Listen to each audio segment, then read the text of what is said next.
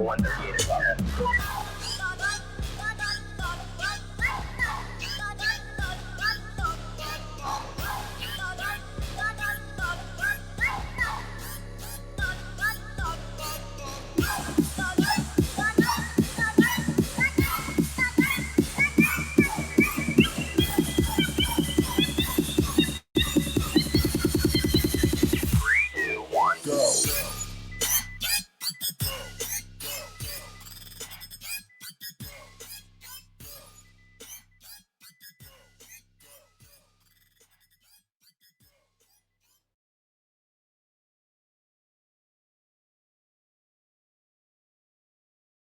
From coast to coast and around the world, you're tuned to the Sportcat Show. That's right, ladies and gentlemen, boys and girls, children of all ages. You have the one, the only Sportcat.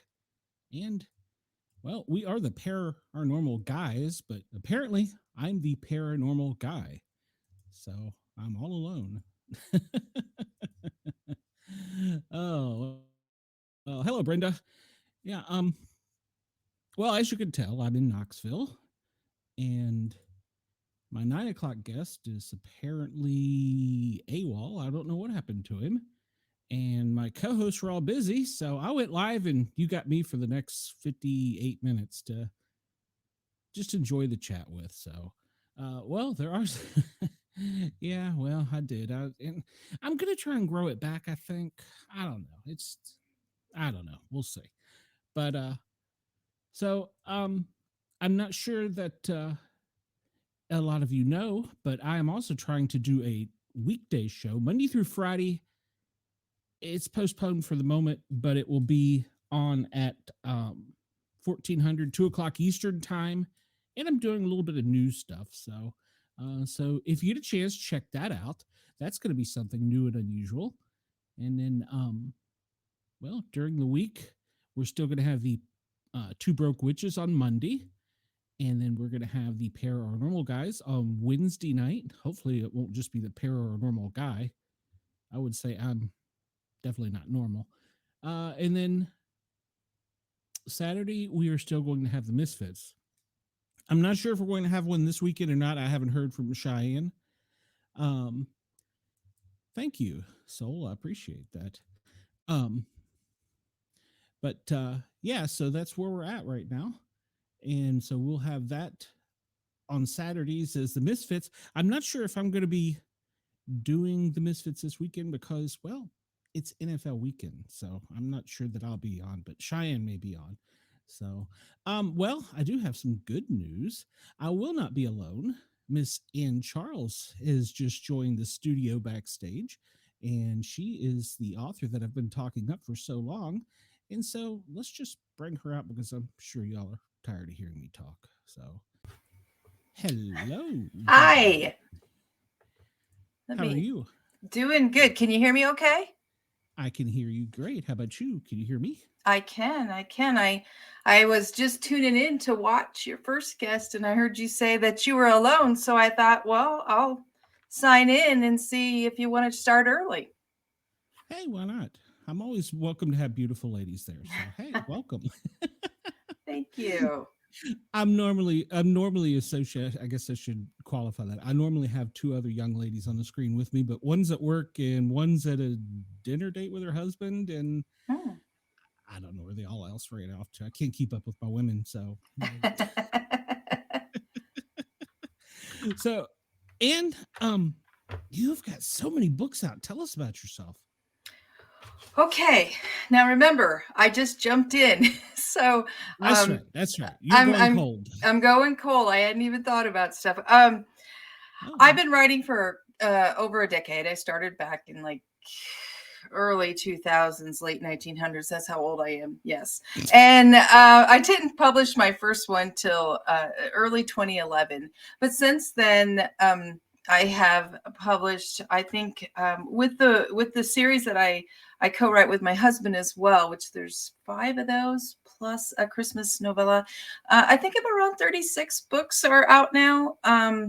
I'm not fast. I know a lot of people that started as, long ago as I did, really, have quite a catalog, but I write long books. They're over 100K usually. And so it takes me 4 months or so to write a story, and then in another month to go through the whole editing processing and, our process and get everything out. So I have 5 different ongoing series that I currently write. I would like to write some other series, but I kind of need to, I think, keep going with what I got so that the readers don't hunt me down, and want to hurt me because I'm taking too long on a series.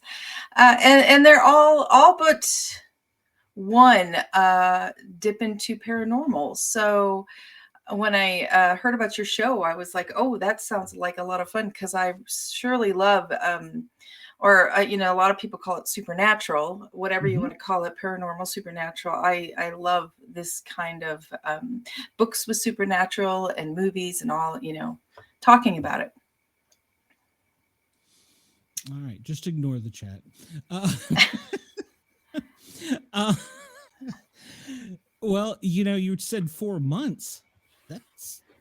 That's a short time, actually. I mean, I've heard people say they take a year or longer. So, well, I'm a hybrid author. Indie mixed with, audiobooks are published, a lot of them through a publisher, and print books, some of them. So through some publishers, but then the ebooks are usually me. And because of that, a lot of my friends are also indie authors. So they tend to be much faster writers than I am. I'm so envious of those who can, just sit down and out comes a book in like a month or two. I write longer books. I've tried to write, 60K or 70K. And yeah, I really learned that my storytelling brain says, no, this is not what we're doing. We're writing, multiple subplots and all kinds of stuff mixed together. And it just turns out to be a little bit longer story, and it takes me longer. Okay. All right. Well, no, I was saying you actually take shorter than people I know who take. I've had people who take 2 years. So yeah. That used to be when I was growing up, you think authors they would have a year a lot of times because of the publishing schedule, with the big houses.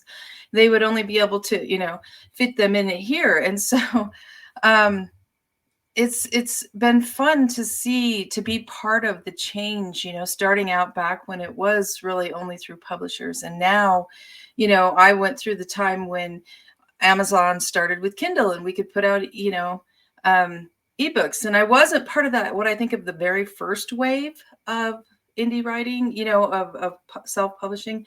I was more along the second wave. So I got to have examples to learn from, but then get in early enough that I could build a wonderful fan base. And so many of us are still together as I keep going, and the stories keep building. So yeah. But I mean, it's still a lot. And I'm gonna add another co-host in here, so don't freak out when you see somebody else jump on screen. Okay, and if Greg comes, if Greg shows, I don't want to step on his toes, so we can always, I can step back and play solitaire and watch you guys for a bit, whatever you need. We like stepping on Greg's toes, so he actually co-hosts for me some too. So he does a lot of fill-in work for me. So Greg, meet Ann, and let me figure out how to get this out of the way. Greg apparently didn't check his email, so but welcome, Greg. Hello. Greg, I'm just gonna let you. We'll probably just stay for about an hour and a half, Ann, if that's okay with you, and then that's fine. Yeah, whatever you want to do. And we'll just let Greg help us here in co-hosting because I'm in Tennessee and apparently I'm having audio problems. So, oh, bless your heart. I'm apparently having email problems. It happens. And you are an independent writer. Greg is an independent filmmaker. And you're talking about the paranormal. He actually just, he dragged me down to Alabama a few weekends ago. Sure did. And they let me come back. to premiere his movie, and it was really cool. For the first time, he didn't have a big red carpet and limos and stuff. I was kind of disappointed. I'm kind of a big deal. Yeah. I'm a big deal. But it's so cool to meet independent authors. I mean, authors, independent filmmakers, and stuff that are really into the cool stuff, the paranormal stuff. You know. Uh-huh. And what do you what do you base some of your stories on your books? Are they your own experiences or You know, I've had some fun experiences going through different haunted places, and I actually took a couple of paranormal classes when I lived up in the Seattle area, which was really fun. We would go to one of the most haunted places in Washington, and we would stay there. We get there right before dusk, and we would stay there into the night, and we'd each have different recording devices, and we'd learned all kinds of tools and whatnot from our teacher. And we would each take different rooms in this big old logging, barren mansion, and just see if we could pick up any signs of ghosts. And the first time I brought, my cell phone, I brought my camera, and it had batteries for everything, because I'd heard how the ghosts can, kind of wipe out your batteries and drain all your electronics. So I brought a bunch of extra along, and I was all ready to go, all charged up. And I took one of the rooms that was, I think one of the kids' rooms, and sat there alone in the dark with my flashlight to get the real feel of it, and started recording, just kind of in front of me to see if I could pick up anything. And after like 2 minutes, I swear to God, everything died. All my batteries were drained. I tried my other camera, drained. And I was like, whoa, this really does happen. Because I swear, I had charged everything. I really wanted to try to get the most out of, what we were doing, because it's a really cool opportunity that the class had to go do this. And yeah, everything got drained and gone. And we did this another time in the second class I took. There was a for the next level, and I charged up everything again. I brought it, and that time I didn't lose anything. But up in the attic, I had been looking out the window down at the street, just to, I don't know, you're just on your own in a haunted house. You're just exploring different areas. I did not really do the basement. That was not my thing. And I swear I smelled out of the blue in the attic this kind of floral perfume, really strong all around me. I didn't feel anything touching the back of my neck like other, people in the class were saying, oh, I felt this and that. But I did smell that. Otherwise, though, I've always thought I was kind of a dud when it comes to the ghost world, because I'd love to see stuff, and I've tried to, put myself out there, but I hadn't really experienced much until I think I started writing more and hearing more stories, and being more open to what I thought maybe were coincidences. And, other people are going, no, that's something, that's a ghost you're experiencing. So I have had so many readers tell me stories and share with me wonderful, creepy tales, creepy just because, if I really experienced what was in my books, I think I would just stay home in a well-lit room all the time, locked away, because I am a chicken. So it's been an adventure. It's been really fun to have so many places and be available to me to go through, and people open up to me with their experiences, and get to soak all that up and then put it into a story and share, with us, and create fiction around what I've, learned from others. Well, I can definitely relate to some of that, particularly the battery drain. I can tell you right now, it's all true. It all happens. From experience, it happens. Yep, that was that. I couldn't believe it. I was just like, wait a second. My phone was just at full, and when their teacher had taught us this, going through the class, some of us were like, okay, yeah, sure, that's going to happen. And it did. It was impressive. It was something. Yeah, and the more you do some of this stuff, you'll see other equipment failure, not only battery drains. You'll have file corruption, audio corruption. You'll experience a lot, a plethora of issues that happen with equipment when you go out. Right. I've done several of the haunted. There's haunted places in Deadwood. I don't know if you guys are familiar with Deadwood, South Dakota, like the HBO show Deadwood. It's the same place. It's a big, history, tourism, ghosts all over. It was, notorious for the mining coming through and the foul play that can come along with that. So there, so many of the buildings and places there and homes are haunted. People will tell you, they'll say, oh, come to my house. We've got a ghost, or go to the opera house up in Lead and it's haunted. So it's been really a lot of fun to, use the different, I was with a group, oh man, I can't think of their name, but it's a Black Hills Paranormal, I think it is. And I would get to go with them, and they had some wonderful gadgets and tools, to record and pick up different things. And because of them and getting to be part of, with them through so many different haunted places, I am able to talk about, in the story, my character uses this kind of a, ghost related tool. I'm really bad with the names of the different, ometers and all the different things that we've used. But it's so much, it's a lot of fun. It's really interesting, and it really fuels the imagination, if you write fiction. So. Yeah, if you get out and do it enough, it doesn't have to be fiction. You can do it from your own experiences.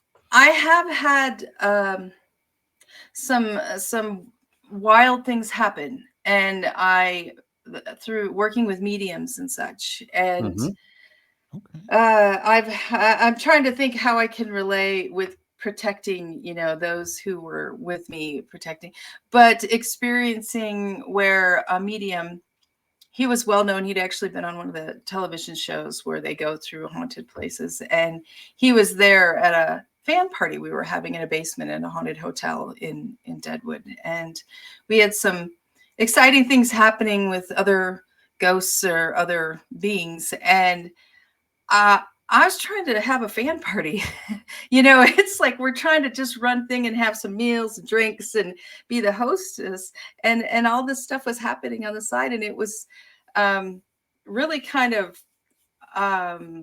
unreal. And he's telling me what's going on because he has ghosts that are protector spirits that are there talking to him, and they don't want this thing here. We've got to get this out of here. This is causing problems. And I'm like, what do we do? What do you do if you don't want a ghost or something there? And we talked about it a bit, and he had some solutions. And then he looked at me and he said, you have a ghost that's with you as well. She's following you. And I was like, please don't tell me that this is a scary looking thing, something freaky, because I'm hosting a party, it was kind of like, we have things going on here and I'm not sure I want to hear. And it turned out he said, yeah, it's an older woman and she seems to really care for you. And her name, she's like a grandmother. And then he said the first syllable of my grandmother's name, and there's no way he could have known it. I have, it was on a different part of the family, a different name. He wouldn't have known. And it's not like Anne or Anna, or Elizabeth. It's a very odd, more unique name, I should say. And he nailed it. And I looked at him gaping like, you've got to be kidding me. You're telling me she had only died a year or so before. She loved to travel, and I travel, and we were somewhat close. And my oldest sister was at that same party over on the other side of the wall helping with hosting. And I went over to her and I bent down and I whispered in her ear, we have this going. We have a troublesome spirit over there. We're trying to get rid of it. And apparently I'm haunted as well.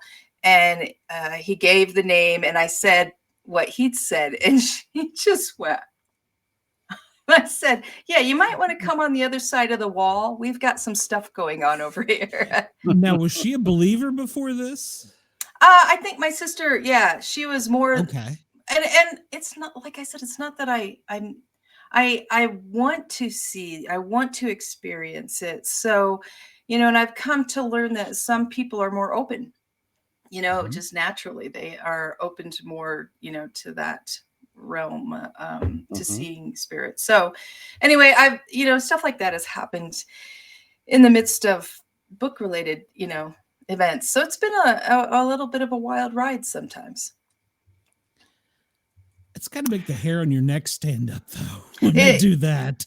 Yeah, the whole thing was just an incredible experience that I'll never forget, because the troublesome spirit was causing some things that I could see, and I could see it in others, what was going on. And then once this medium, he said, a little bit later, he'd taken care of it. There was a visible change in the demeanor. So it really was, I was kind of like, oh my gosh. And then I drove home from way up in Deadwood back to Arizona, and we were at a hotel, and I went to go get ice, and I was just standing there. I hadn't touched the button for the elevator yet. I just walked up, and I was just thinking about, what we had to drive yet. And the elevator doors dinged and opened, and a woman was standing there, and I said, "Are you getting off?" She goes, "No, I pushed the lobby. Where am I?" And I was like, "Well, you're at this floor." And she goes, "Well, did you want to ride down?" And I said, "I guess somebody wants me to," So again, that guardian spirit kind of a thing was playing fresh in my mind. And I've had other things happen related to that, with other haunted houses I've been to, where they tell me someone's with you. Did you know that? And I'm like, yeah, I know about that one.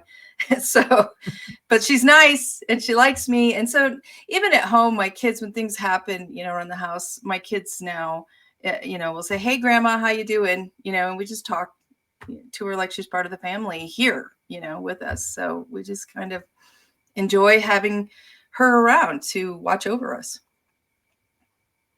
That is so cool. Yeah, it was just amazing. The whole thing's been so trippy, and so many different times with different, ways of seeing this happen. It hasn't been just one thing. There's been multiple, that just keeps kind of cementing it. So I'm lucky. I feel fortunate. It's not like, I was trying to think of that scary movie with that creepy house with the barn look. Amityville? Thank you. It's not like Amityville, where there's something with cloven hooves standing outside my window and pink eyes or red eyes looking in. Mm-hmm. Yeah, going back to something you just mentioned a few minutes ago, some people are more open to seeing some of these things. Mm-hmm. When I first started, I'm call it Bigfooting for lack of another term. When I first started Bigfooting, I started seeing things that were not related to Bigfoot. I started seeing these lights out in the woods. I'm call them orbs for lack of another term, and I had to come to terms with what that was. I kept trying to block it out. So like, no, I'm not seeing this. Am I the only one seeing these things? Is there something wrong with me? Right. And then eventually I started to accept that, hey, there's something here. And lo and behold, I started seeing, once I accepted it, I started seeing these orbs just quite often, to be honest with you. Right. And, we have them on film, and, that had opened me up to other possibilities. Uh-huh. And I actually saw my first ghost out Bigfoot orb watching Bigfooting. Uh-huh. And I saw this Indian on a horse materialize in this field, and just solid as we were. And it rode across the field. It got to the tree line and then disappeared. I looked over at, Janice, who was standing right next to me, and I said, "Hey, did you see?" And she said, "What? An Indian on a horse?" Yeah. Oh wow! So you both saw the same? Yeah, we both saw it. It was really solid. So, I think that, or it's my opinion that even if somebody is not attuned, they can eventually open themselves up to where they can see some of these things. But I do think I think you're right. You have to be attuned and be able to accept some of these things that you're seeing, because I think your mind actually blocks some weird stuff that goes on around you, because it's not supposed to be there, right? Right.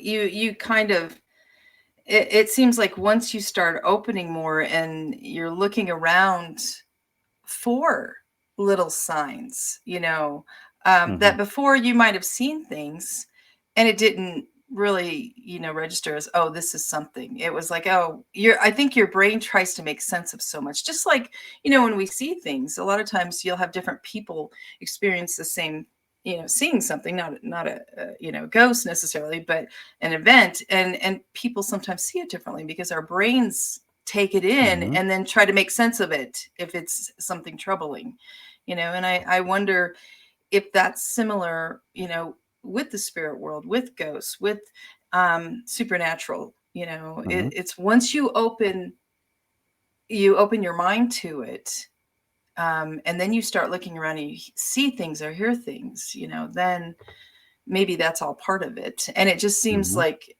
that has been my experience. I'm not saying I walk around and see dead people all the time.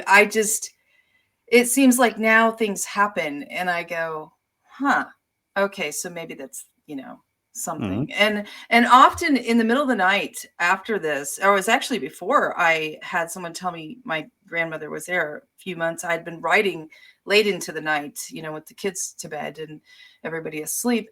And it would reach a point around 1:30, and I'd feel just a little tingling, like someone messing with my hair. And we have cats, and I'd always be like, where's the cat? Is this the cat? And it happened routinely at the same time, not every night, but a few times a week, and it would be, and I finally thought, if that's my grandmother, she's telling me it's time to go to bed. It's late, get to bed. You're up late writing again, get yourself to bed. You got to get, so I kind of had that happen more times than I could count. And at first I tried to think, oh, is that just like I'm pulling a muscle, something back there? But after I learned she was my guardian spirit and I kept seeing stuff everywhere, I thought, she's telling me to go to bed. And I just say, okay, Grandma, I'll wrap it up. I'll go to bed, starting it in the morning. Right. Yeah. Go ahead. I was just going to ask, going back to, you talked about you had this smell, like the perfume. Do you know if that was anything related to her, or was that something different? She was still alive when I was doing that. Okay. So I think that was something they talked about in the house we were in. They named different people that had lived there that had been, someone had felt something, had talked to them, had experienced something with their ghosts. So we kind of, had a list of different people, and there were some kids that would play up in the attic. They'd put cars down and then put a camera on it. And every now and then the cars would move across the floor and they'd get it on film. So that kind of a thing. So you kind of knew different areas had different, ghosts. And there was one area where they're like, you probably shouldn't go over there. People get really negative feelings. And one of them was in the basement. They were like, don't go in the basement. There's always been real negativity that has come for those who are more sensitive, those who are mediums, And so that's why I was like, no problem. I don't need to go into the basement of a haunted house in the middle of late at night. I don't know how you go out in the woods watching for Bigfoot, because I'm a chicken. I'd be like, well, come on. Isn't that what every horror movie does? You go in the basement. Exactly. I was not doing that. No way. I don't blame you. So yeah, just real quick, Ross said that he didn't think that I did the ghosts, and typically I don't. I don't like things that go bump in the night inside my house. I'd prefer to be out there with something big and hairy that's 900 pounds. Not me. Oh boy, that's just the things out in the forest. You can keep those. I've said, between Blair Witch and all the other shows you see with that kind of thing going on out there, I don't need to. Yeah, I'll stay in the house and just wait for my grandma to tell me to go to bed. Yeah, I do think though that if you train yourself and you become more open to it, that you can you can learn to see these things. And I'll take it back to when I was a child. When I was a kid, and I live in Alabama, where we Mhm. don't see the aurora very often. But Mhm. when I was a kid, we had an aurora event, and I was able to see it with my own eyes. Mm. The whole sky was red and yellow, and all these flickers and all this other stuff that that happens with aurora, and I was able to see it. Yeah. Now, fast forward to just a few months ago, we had more aurora events, and I couldn't see Yeah. them, not with my eyes. Yeah. Right? You could with a camera, but I couldn't with my eyes With your anymore. eyes. Right. So, I think when we're kids, we're more open to things. I think kids could see things that we can't, and they can sense things that we have been taught to block out Right. from society. That we've been taught that, and we have to unlearn what we've learned. It makes me To think of quote Yoda. and I'd heard that too, and it makes me think of that song, and I'm going to age myself. Supertramp, the Logical song. Yes. And when it starts, he's a kid, and then as time goes on through the song, he's been taught how to be logical and cynical and this. But when it starts out, he talks about being a child. He's open to the world, but then over time, we're taught, no, that doesn't make any sense. You need to. That's all this is. And maybe it's because I was a pretty chicken child with the closet light on the time. And my parents were like, oh dear, she won't go to bed because she's so afraid of the dark. Let's just tell her it's, there is nothing, and get that cemented in her head so that she'll go to sleep in her room for once, Maybe that's part of it. But then I do think that just becoming an adult, you lose touch with some of that. Some of us, not all, some of us are able to keep it. And keep that alive and still see things in the world that maybe others don't see anymore. Absolutely. Cheyenne in the comments says, despite his shortcomings as a father, my biological dad drilled that upon me, open-mindedness since I was young. Oh, that's nice. I like that. I've tried to do that with my kids with, hey, maybe, they've done some of the, especially once they got older into their upper teens, they would do some of the paranormal investigations or stuff related to it, and just expose them to that and let them, experience it and see if maybe their mind is open to it as well, or, and if they don't want to, that's okay. But just to let them experience as much as they can, in, learning in that world as well. And boy, some of the tools they have now out there to try to pick up different elements, different things, it's really incredible. And I wish my brain was working tonight so I could name all the different amazing tools that I've been able to, hold, and or we're picking up electromagnetic this, or whatever. But I know Black Hills Paranormal people, if they see this or hear this, they're going to be going, oh, Anne, come on. We taught you. Well, there's so many, and they're changing them. I won't say so often, but the technology is going so much further than before. I mean, I'm with you. I don't know the name of them, but the one that always gets me is the one where it draws the little stick figure. Oh, those are so creepy, but amazing, but scary. Because when we did have one of those, and I remember thinking in a dark parlor, there weren't many. It was just me and a couple others. And I thought, if that stick figure comes on, I might have to run out of the room. I don't know if I can handle this, because that just seems. I mean, it's creepy that it's a stick figure, because there's something about that simpleness that makes it like, oh, what is this? But what's it called? A stickometer or something? You're the camera guy. Greg. Yeah, come on. All I know is it's just a gadget. That's what I know about. The thingy and the doohickey. And the doohickey, yeah. Well, I was like, okay, that's just the camera or AI seeing something, and then it'll be like, okay, well, tell it to turn the light on or something, or the flashlight, or move the ball, and it'll do it. And I'm like, yeah. Yeah, there's the new one. I Mhm. can't think of, I should pull up a list of the different tools, but there was one where it's like radio.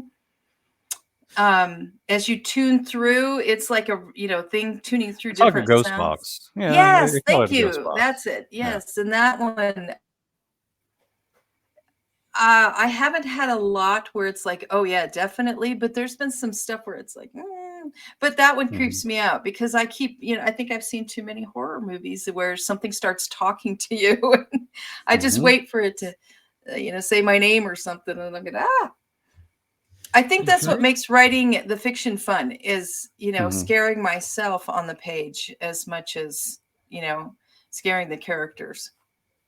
Mhm. I was- Speaking I of, was- the ghost box, Yeah. I did that. Yeah, I've got a portion of that in the film. It's called the Estes method, where it goes a little bit further than just having the ghost box. You put you have a ghost box, but it's hooked up to earbuds, and you put the earbuds in. Then you put noise canceling headphones over that, and then you blindfold yourself. So all your visual and audio stimuli is gone. All you hear is just what's coming out of the ghost box. Anyway, so long story short, in that session, I had a lot of negative imagery come across, and apparently I was saying some negative things too, like Nephilim, witch, and some other things. I honestly don't remember what all I was saying, but and if it wasn't recorded, I wouldn't even be able to tell you that. But my crewmate actually saw a like a shadow person there trying to enter me, and it freaked him out. It would And me, yeah. yeah, and it freaked him out. So he won't go back to that location. He's just it really freaked him out. And actually, it's caught on camera. Oh, I didn't know it until I started reviewing the final cut, and I started watching really close. And yeah, he was right. There's a shadow that's unaccounted for that is right behind me, and it kind of oh moves over boy. toward me. Yeah. There's been, since a kid, I've just seen so many movies where something does go inside, something seems to step inside. And I don't know, that's just, I didn't, initially I was going to try to write just romance, adventures with, Mm. romance in the romance genre. But I just kept leaning more into mystery, paranormal, supernatural, and just as time went on, that just kept growing stronger. And I had to add, so much of that in because I find it so interesting. It really opens up the field of what you can, especially if you write mysteries. Okay, now let's throw in some supernatural and who killed them and what killed them and how did it, and are they Mhm. really dead or this. It just makes it so much more the field wide and fun as an author to come up with, things and things I've witnessed and movies I've watched where, like what you're talking about is just, yeah, gives you the chills. It's really interesting. And I still go back to you in the woods in the dark looking for Bigfoot, and I don't know how you're doing that. Well, You're so, that's just, yeah. I'd have big spotlights out there looking all around. He had an experience with one of his crew members the very first time they had an encounter. I'll let you tell the story, Greg, because you're probably better than I. But he was like me, and you would have probably been like, Yeah. oh yeah. Okay, we went, yeah, and this is in the film too. Okay, so we're going to this place. It's called the Land Between the Lakes. It's a national recreation area that's bisected by Tennessee and Kentucky. So it's on the lower half of Kentucky, upper half of Tennessee. Okay. And it's a rather large area, and some really weird crap happens there. I'm just going to say. So my film crew and I, we get together. We're going to a location, and we finally get to the location, and we're getting all of the gear out. And Martin Groves is like, "Okay, I'm going to go call him in." So he goes up, and I'm like, anyway, he goes up and does his thing. He says he can actually communicate with them by whistling. Why not? I'm sitting there getting my film gear ready, and I hear this grunt, this growl. It's kind of like a kind of Yeah. sound, and like, okay, that's weird. So I just keep on doing what I'm doing, right? And it does it again, and I'm like, did you guys hear that? And about that time, it does it again, but it's really close this time, real close. And my buddy, my camera guy, just freaks out. He's like, "Oh my God, it's here! It's here! We gotta go! We gotta go!" And it just rattled him. And I'm like, "Hold on, dude! This is why we're here. This Calm is down. This is why we're here." So I grab him by the back of the coat, right? And I said, "You're okay, man?" He's like, "No, I'm not. No, I'm not. It's here. It's going to kill us." All this stuff's going on. And I'm trying to find my camera that's in the back of the truck. And I grab the first thing that I get. It's a short range night vision camera. And when I'm getting it, I look up. And sure enough, standing right in front of a truck. I'm at the back corner of the truck, and it's this thing is standing in front of my truck at the opposite corner, and it's a Bigfoot. And I see from its bust up, it's just standing there looking at us. And I'm like, ooh. So it seemed like time stood still. This Yeah. seemed like an eternity. I'm looking at it, and I'm like, I froze. And I'm like, oh, I got a camera. So I start, fiddling with a camera. And I don't know if you've ever tried to get a camera to work and hit the right record button in the middle of the night when you've got a freaking Bigfoot standing in front of you and No. it's growling and stuff. I tell you, it's hard to do. I mean, I'm telling you, it's hard to. Eventually, I finally get it going. Now it's pitch black out. So I make the mistake of looking into the display screen, which is very bright. Okay. And then I lose all of my natural night vision. I can't see a thing, because I looked into the display screen with both eyes. I'm like, oh, crap. That's a noob. That's a noob mistake. So I'm sitting there trying to record the Bigfoot, and I'm trying to look into the display screen, which is this seemed like it's this big. Yeah. And I'm an older guy. I need my glasses. I didn't have glasses on to be able to see what I'm getting. So I'm pointing the camera at where I think it was. I thought I missed it. Now, Glenn, I don't know if you saw it when it was at the premiere or not, but I caught its eyes. You could see its eyes in the front of the truck. You could see its eyes. And then that's when Adam was like, put the camera on Brent. And he didn't know that I was actually trying to film this thing. Right. So, and I don't know that I caught it either, because I can't see the display screen. I can't see it anymore. I can't see anything. It's just general stuff, that I'm trying to point the camera at. Right. So I point this camera over at it and over at my Brent, and he was still freaking out. He was so shaky. I mean, he's just literally shaking. He couldn't hold the camera still. So we had to sit and reassure him, you're okay. You're okay. You're okay. And then we get together, and this thing, like Adam Davis, he's also in the film with us, and he's a gentleman from England.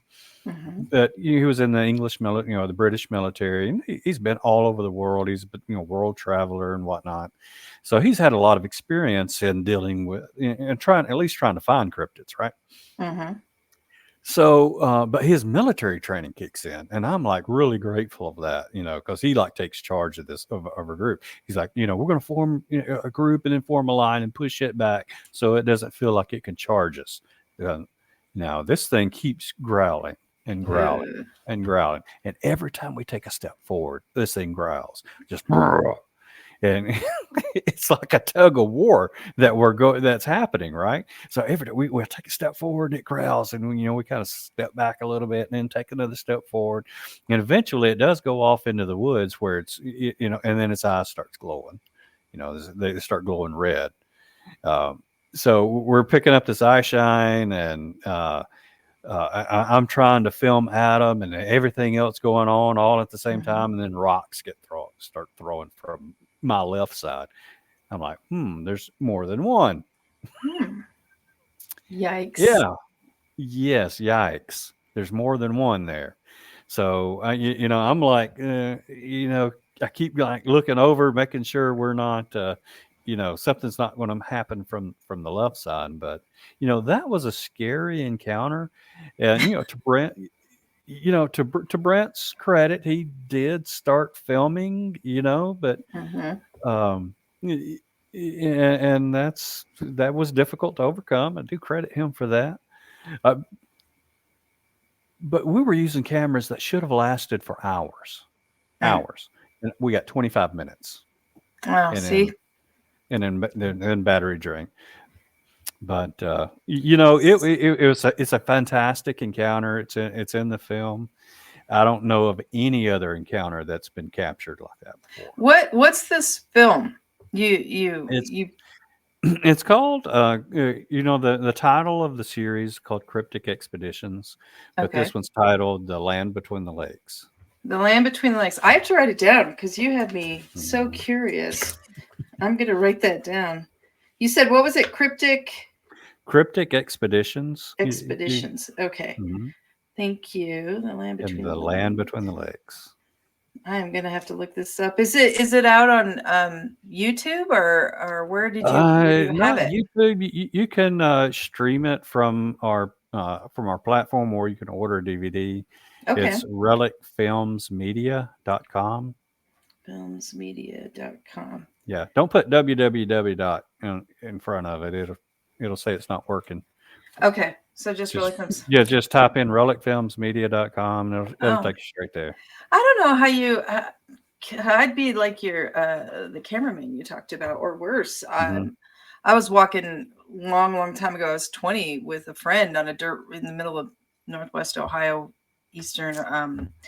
northeastern Indiana, on a country road. We were just out, walking around. It was the boonies, and all of a sudden I heard coming closer and closer, and it was dark, no moon. We thought we were having a good time, just two 19-year-olds, whatever. Oh my gosh, that was my first experience with just terror of I can't see it, but I can hear it, and it's coming closer. And I'd like to tell you that I did something like lifted the flashlight or was ready for it. Instead, I grabbed my good friend and I went, put her right in front of me, right between us. Bait. And it was like, Bait. and it was the neighbor's dog, and she knew the neighbor, the dog, and it came over and it was friendly. It was a big dog, but then it ran off, and she turned to me. She said, "I cannot believe you would do that to me." I said, I don't even remember making the decision of let's use her, as a block for to protect your life. It was just for, so yeah, I could see me out there with you just going, running the other way or something. Oh, that's. But I tell you, if I hadn't grabbed onto the back of his coat, he would have went running the other way, and then I'll tell you what would happen then. Yeah, really. I mean, I don't know where he was going to go. We're out in the middle of the woods. We all know how that goes. I mean, we've seen that. It goes even worse. I've seen that movie, and it doesn't end well. It doesn't end well. Oh boy. No, that's really that's interesting. That's amazing. Do you put any I don't know what the word I was at, ley lines, hot spots, vortices, anything to do with that? Do you believe? I live half an hour from Sedona, where that is the thing when you're over there, is the vortex, or different areas for where all of this is stronger. Do you feel like the Land Between the Lakes is an example of something of that? Oh, absolutely. It's in the film. It's at the intersection of several ley lines. So man, it's like I'm all ready to go. I'm ready to watch the film. I'm all Yeah, it's in there. Yeah. Oh, cool. Yeah, we've also found that there's usually a lot of quartz in the area. Right. Limestone. And for some reason it's like it pulls the energy in. I don't know that anybody knows the answer to why, but there's a couple things we've noticed, because there's a place in Alabama we go to, and then of course he's talking about the Land Between the Lakes. Right. Then there's the famed Skinwalker Ranch, so And we, as he was saying, when you're out in the woods, you may experience a ghost, you may experience Bigfoot. ET may pick you up. I mean, it's kind of really weird. You don't know. And I guess that's the one thing I like about it is you get the combination of all of them. Right. That's right. Mhm. And I Yeah, can still feel the need to run if I got a way to go. Yeah. And you know, we even got into the paranormal stuff in the film. We went off to do a ghost investigation at one of the abandoned houses that was there. And, you know, while we were there, somebody had called an EVP on one of their handheld recorders. And I thought that was all that was there. Right. Well, unbeknownst to me, the camera that I was using caught 2 EVPs. And Oh. yeah, I didn't catch that until after, during the editing sessions. You know, the editor caught that. So that's in the film. Then afterwards, we went out to a cemetery and, we see these orbs. Now, the orbs showed out. They absolutely show. I mean, when I say orbs, I'm not talking about dust with a camera flash or anything. I'm not talking about that. I'm talking about self-luminous objects that you can see with your eyes. You can record with your camera. You know, we got them on camera. Yeah, I mean, it was just fascinating there. Absolutely, it's got everything. So, are any of your crew mediums? You know, have specialties that they. Mostly, I'm thinking of mediums. You know, where they are more open, even more so than others. That they go out there and they try to interact with anything other than, I mean, I know we're talking about, if we talk about Bigfoot, that's different, but some of the ghosts and stuff like that. Do you have some of the different paranormal groups I've gone with often have someone that's a medium that is just more open and kind of a channel, it seems like.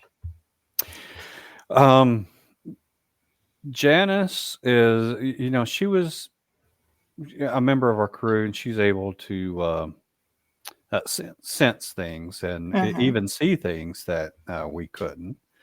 I would also put myself in sort of that category where, I see these orbs and stuff a lot, and they respond to stimuli. And what I mean, they'll react to you, they'll follow you, or at least they do me sometimes. So I don't know if that's got to do with me in particular, but I think it goes back to me being more open than what I used to be. So I don't know if you count that as being a medium. Well, somewhat. It just I've met many and they're amazing. It just seems like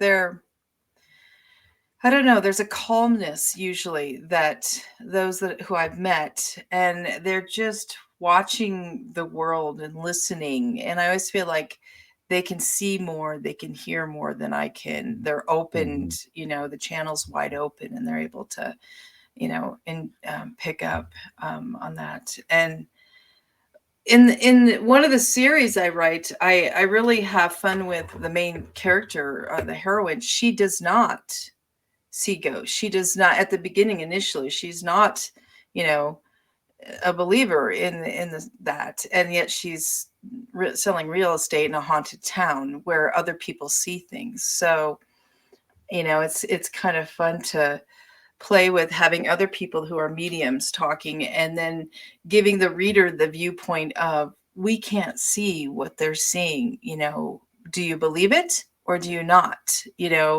And going along with the character that way, kind of exploring the story with, the main character, who is more of a skeptic. But as time goes, I mean, that changes, of course, in this series. But I have been on where I've been with people that really are seeing and picking up stuff. And then I've been where it just seems like I don't see anything, and everybody's feeling everybody touch their hair and stuff, so it's such a fun. And not just fun's not really a good word for it, because there's a deeper feel to it than that. but there is a rush of adrenaline often that Mhm. comes with this. Mhm. It does get quite addicting, you know, when some of this stuff happens and Yeah. it's not scary, you know, it becomes addicting. I actually love seeing orbs, love Mhm. it. But probably the most fascinating thing that happened to me at the Land Between the Lakes, even after, to me, I find it more fascinating than seeing the Bigfoot. Well, on one of the nights I was there, we were sitting there watching orb watching, Mhm. and we wasn't actually filming them, it was just kind of taking a break. So I see this light that, um, a color of light that I'm not really used to seeing. It was, you know, kind of yellowish. So, but I couldn't see the source of the light. I Hmm. eventually kind of maneuver myself around to where I can see the source. And about, 4 or 5 feet up off the ground, I see a rectangular. I see the source of the light. It's rectangular with 90-degree edges. And for lack of another term, I'm going to call it a portal, Mhm. um, because it was pitch black where we were. And I was looking into this thing, right? And it was daylight where it was at, Mhm. completely daylight. I was in complete shock because, I don't know where it led to. I don't know if it was just on the other side of the earth, some other planet, I don't know where that was, but I wasn't going to go walk over there. Yeah. Uh, Right. right. Yeah. And you walk in that thing, get trapped, and then you're gone. Yeah, you're Uh, done. but to me, I was looking into some other place, Hmm. somewhere else. And I remember like a flash of light, and there was somebody was shining a flashlight from off in the distance. I think it bounced off of a tombstone head or something. I don't know, whatever. Light just shut it down. Just, whoop, it was just gone. It was there Right. and gone. But a few minutes later, an orb came up from where it was. So I Hmm. found, exactly what I thought. It's pretty That's cool. But to me, yeah. that was the culmination of the experiences that I've ever had, was seeing that portal. That would Mhm. that would be amazing. You'd want to get closer a little bit, see it, but then yeah, we all know what happens when you step through a portal in our in everything we've witnessed fiction wise, and I think you'd be very hestant. Here's Greg was last seen in the land between the lakes at this Mm-hmm. point, and he's not been Mm-hmm. seen since. You just put his arm in or something. Yes. No, no, no, no, no. No. I do plan on going to where Adam Davis had seen his portal before. Now Mm. his encounter with the portal lasted 2 nights. Wow. And it was like they were doing battle with whatever was there, because these two entities came out of the orb. They were 3 foot tall or so and real stocky looking creatures with red eyes, and it was him and another guy named John. And uh, as these creatures would like try to run toward them, they would turn their flashlights on, and then everything would disappear and shut down. And Hmm. 15-20 minutes later, here comes this portal again, just, and they were able to look inside and saw that it was a very desolate looking world and with dead trees and stuff. Um, so we are going to go there and film in 2026, but I Yeah. think I'm going to bring me a drone and Yeah, fly there a you drone go. into it. That's what I'm There going you to do. go. It's reminding me, oh, what is the name of that movie? It's got the tall man. It's from like the 1970s. It's so creepy, and there's the little people that are squished that come out. But he's a tall man. Do you know what I'm talking about? Oh, I can't think of the name, but it's I do. Yeah. Poltergeist? no, it's not Polter. I have to look up quick while we're doing this, because it there was a portal and Phantasm. That's it. Oh. Okay. Okay. Yeah, I don't know if you've seen that movie, but there's a portal and out come these it's like gravity has squished him down. It's supposed to be a version of Mhm. hell. And so if I saw what you're describing, oh boy, I'm running again. There goes Anne. Mhm. She's gone in the woods. Good luck finding, who knows if she'll come back, because Yeah, she might get well, lost. like I say, I'm going to make use of a drone because knowing my luck, if I went over there and ran into that thing, it would disappear or something, and then I couldn't get my way back. So Yeah. And you I'd be stick your arm stuck. in. We all know you stick your arm in, then something grabs you or something. Yeah, Or pull your me arm's in. gone or something. Yeah, Yeah. that would be Yeah. me. Okay. So I'm not And, doing that. I'm going to send in a drone. That's a good idea.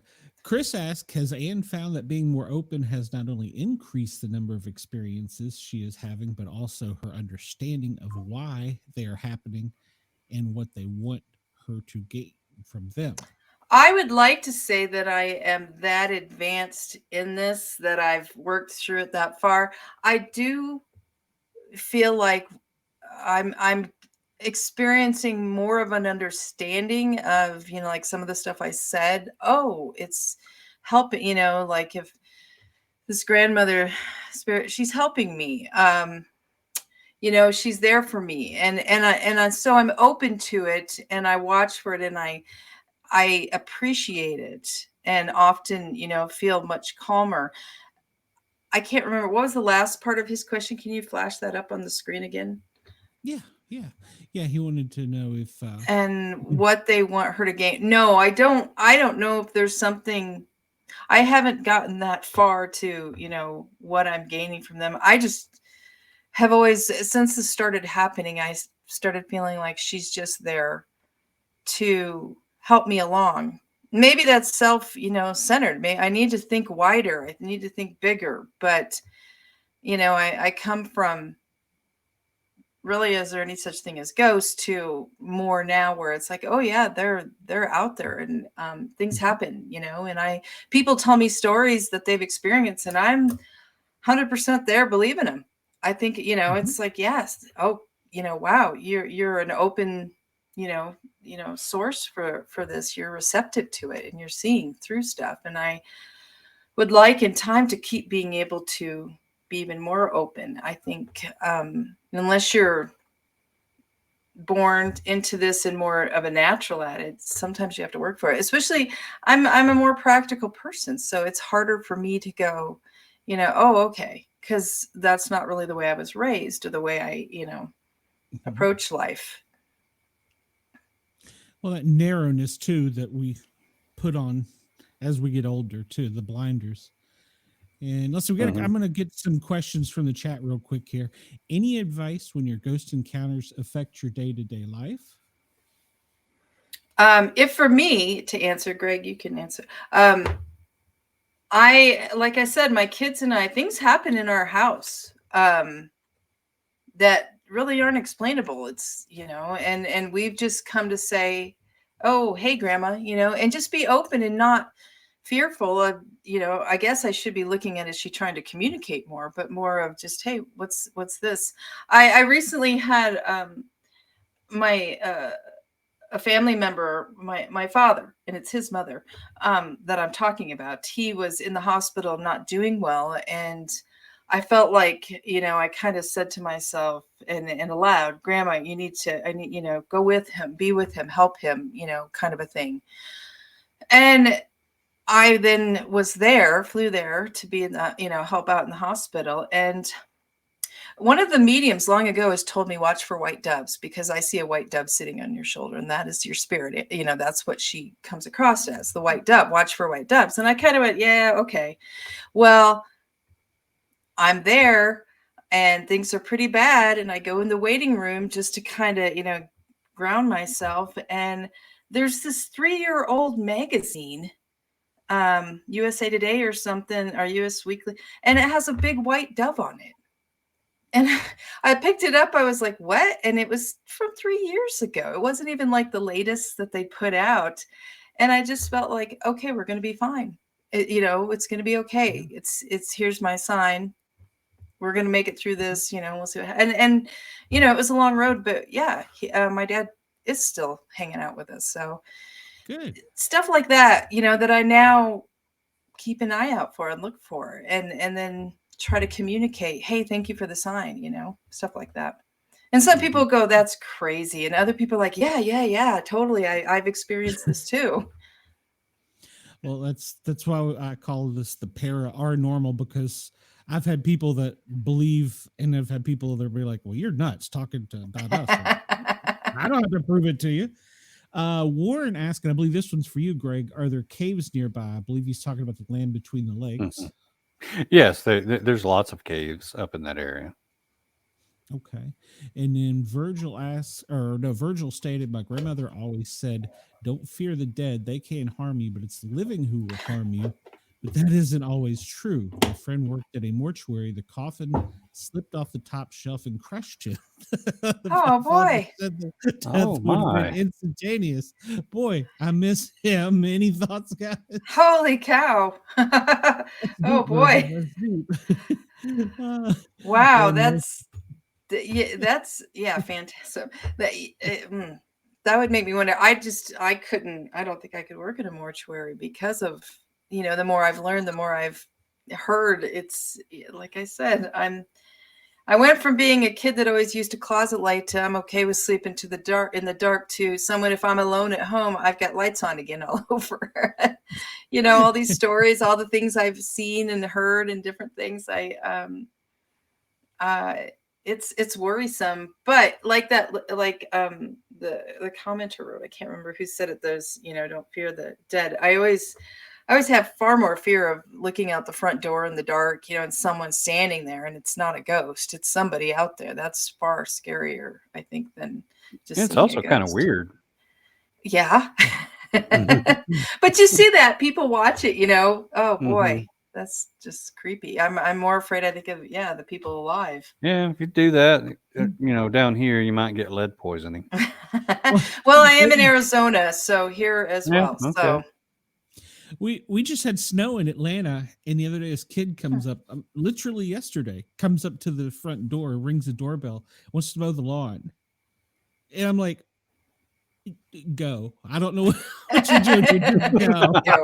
Go. I was like, your lawn. Go. Yeah. I was like, the snow just melted. What? So, that was a little weird, but I was like, okay, whatever. As weird as the snow in Atlanta, right? Yeah. Yes, very much so. We're not used to that. It shuts the whole city down. Yeah. Yes, getting rocks thrown at you, seeing red eyes, little people. Yeah, I had an experience one time.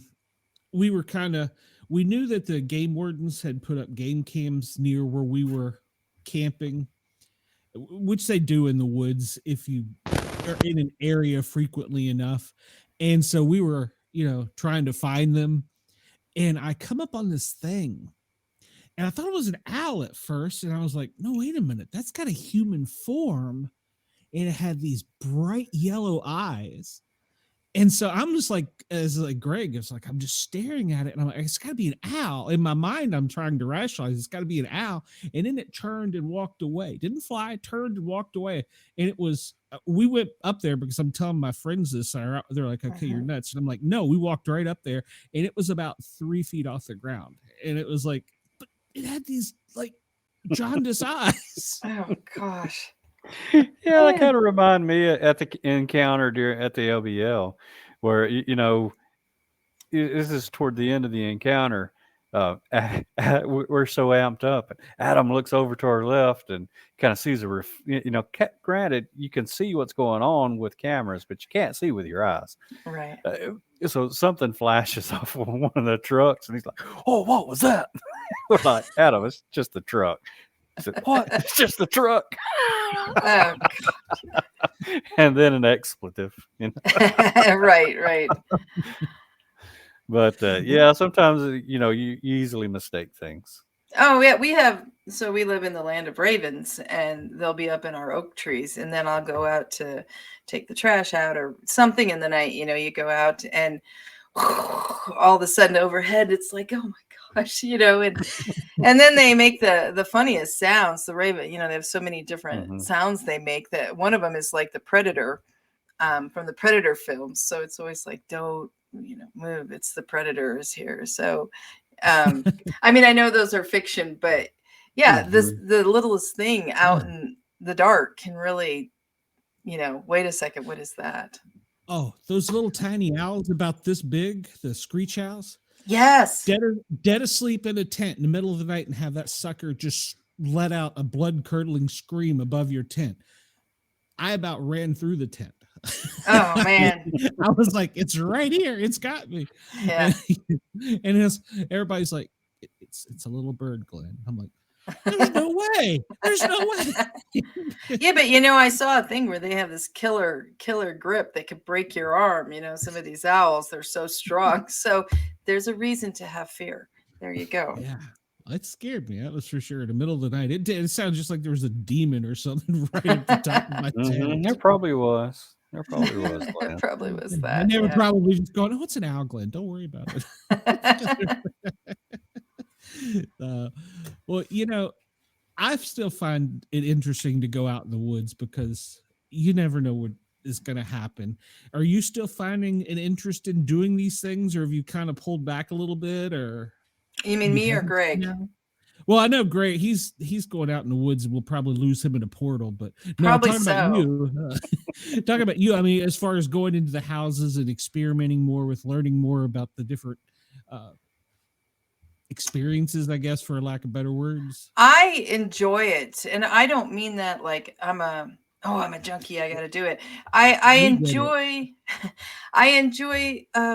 experiencing it and learning the stories that come with the house, and maybe this is part of my writing, and being a storyteller, but learning who the people were, what happened, and then going in and just sitting there in the dark and listening and waiting and seeing if something happens. And if it doesn't, that's fine too. The experience of it, because with what I write, there are part of the main characters in like the Deadwood mystery series, there is a medium. There is someone that can hear ghosts, and there's one that can see them as how they died, these horrific things. So it's really fun for my storyteller brain to go in and think, how would so-and-so be witnessing this? And how would this character, how could I bring this to the page for readers? To make it not to scare necessarily, but to just pull them in and make them feel like they're, part of what I'm experiencing here. So I still enjoy it. I still wouldn't go down in that basement on my own after all this time. But we have established that I am quite a chicken. So, I'm not and going that to I the will, basement either. So. I'll throw somebody in front of me and run the other way. So we know that about me. I'm that character in the movie. Right. Mental note if I'm with you. Right. And I didn't ask you this beforehand because you said you started later in life when you were doing your writing. Mm-hmm. What were you trained as an English teacher or writer or? No, I didn't want to write. I had all kinds of dreams. I mean, starting crazy stuff when I was in high school. I thought being a camel jockey would be sexy. I was reading a lot of Harlequin books, which, these romance guys, these heroes that were sheiks and camel jockey. I don't know. So I went through that. I even drew a picture of that for art class and painted it. And I still have it where you put your dream career. I was on a camel. And I moved from that to a flight attendant, lawyer. I just kept jumping around, trying to land on stuff, going to college, experiencing different classes, but I went to 4 different colleges before I got my bachelor's, and each one made me take English 101 again. I don't know. I mean, I got good grades, but apparently each college thought their English was better. They were different states, so maybe they figured we speak it differently than they do in Ohio, so you need to do this. Or Arizona says stuff this way. We feel it's this way in Washington, so take another English 101 class. So by the 4th time, I thought, I think this is a sign from the universe that I'm supposed to be writing or something, because I keep having to write papers and get the English language, beaten into my head. And I ended up landing a job as a tech writer. I went for a secretarial position. just part-time while I was in college. And they said, hey, you've got English on your resume. Would you like to be a tech writer? And I said, sure. What's a tech writer do? So I did that for 14 years, and it just kept improving my, skills and storytelling along the way. And it just, in my late 20s, I started in my early 20s to mid 20s, but I still have those books, but boy, yeah, nobody ever gets to see those. I should probably have them burned, when I die.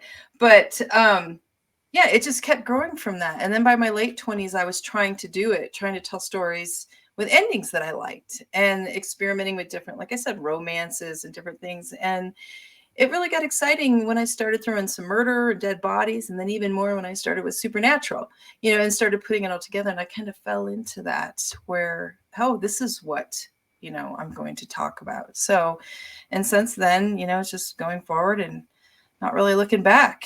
I did it for, like I said, I was a tech writer for about 14 years. And then I was able to finally quit. This was back around 2013 and go full-time writing. And that's what my family and I do. My husband writes as well. So this is what we do. We write every day. It's a lot sexier sounding than it is when you do it for a living. You got dueling keyboards staring back to back.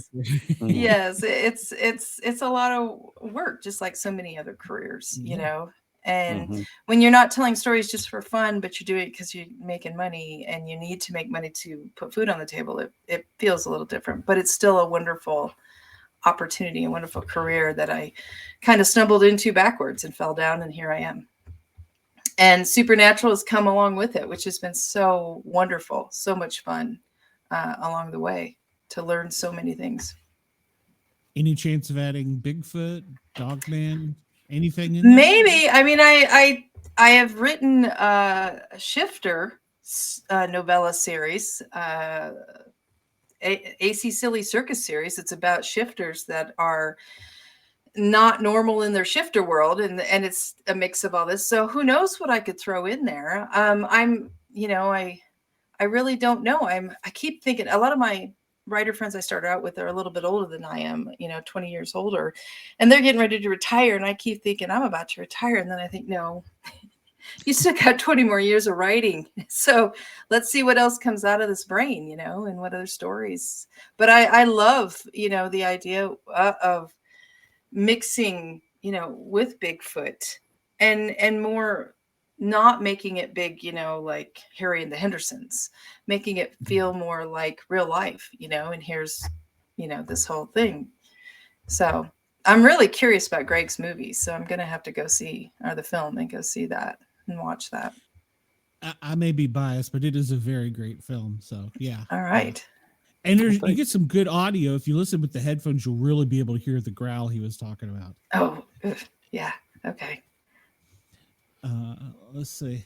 So Christine says, I'm glad I found you in your books and completely absorbed. Now I have to check out the shifters. And I think Virgil's just pulling our leg. They want to know about a dead cow or something up there. I don't know. Maybe I just offended somebody, but yep. Do cows go to heaven? I don't know. I have a thing about cows from growing up on the farm and having to feed them as a really young child. Oh. I'm nervous around cows, and people like to pick on me about that, but I have great respect for cows and their hooves. And I often joke that cows are evil and they're going to take over the world someday. You just wait and see, between the methane and everything else. You think they're just dull-witted and looking at you with those big cow eyes, but there's something going on in that head of theirs. So a lot of my readers will joke about cows with me. And then zombies really freak me out. Ever since, a kid with Evil Dead, I can't. Oh, gosh, zombies. So then if you were to mix zombies and cows, once again, I'm running. Well, according to South Park, you might be correct. Is that what they say? Yeah, there's some strange things that goes on with cows in South Park. We did have a guest on that. We got to talk about what they were scared of, and they were absolutely terrified of cows. And I just found that so weird, but they're like, no, they terrify me. Literally seeing them terrifies me. I need to get with this guest because I once got lost in the foothills, the Black Hills of South Dakota, because I was avoiding herd of cows out on the range on the dirt road. And I thought, well, I'm just going to cut over this hill because I'm not going to, deal with these cows, this bull that's staring me down. So then I got lost for hours on end. Came across a house up there with chimney. It's the scene of the the evil witch in the forest with the nice little cute house with the smoke coming out. And I sat there thinking, should I go, or will this be the end of Anne as we ever knew her? I was a teenager, it was like, oh, but I'm lost and it's getting dark. And again, woods, dark, be scared. So it was a wonderful old couple. They fed me cookies and took me home. So I lucked out, but it was all because of avoiding cows. And what my issue is, feeding the cows. They would rush the feeder when I was dumping the corn in, and it was a hanging one that you walked down, and it just scared the daylights out of me as a 7-year-old to have these big cows. Yeah, I didn't want to get, and my dad would say, don't fall off and get trampled, and tell those kind of farmer horror stories that you get, from don't do this. And so, yeah, I grew up just kind of respecting how big they are and that they could trample me, so I'm just letting you guys know how much of a chicken I am through this whole show. I'm losing all respect.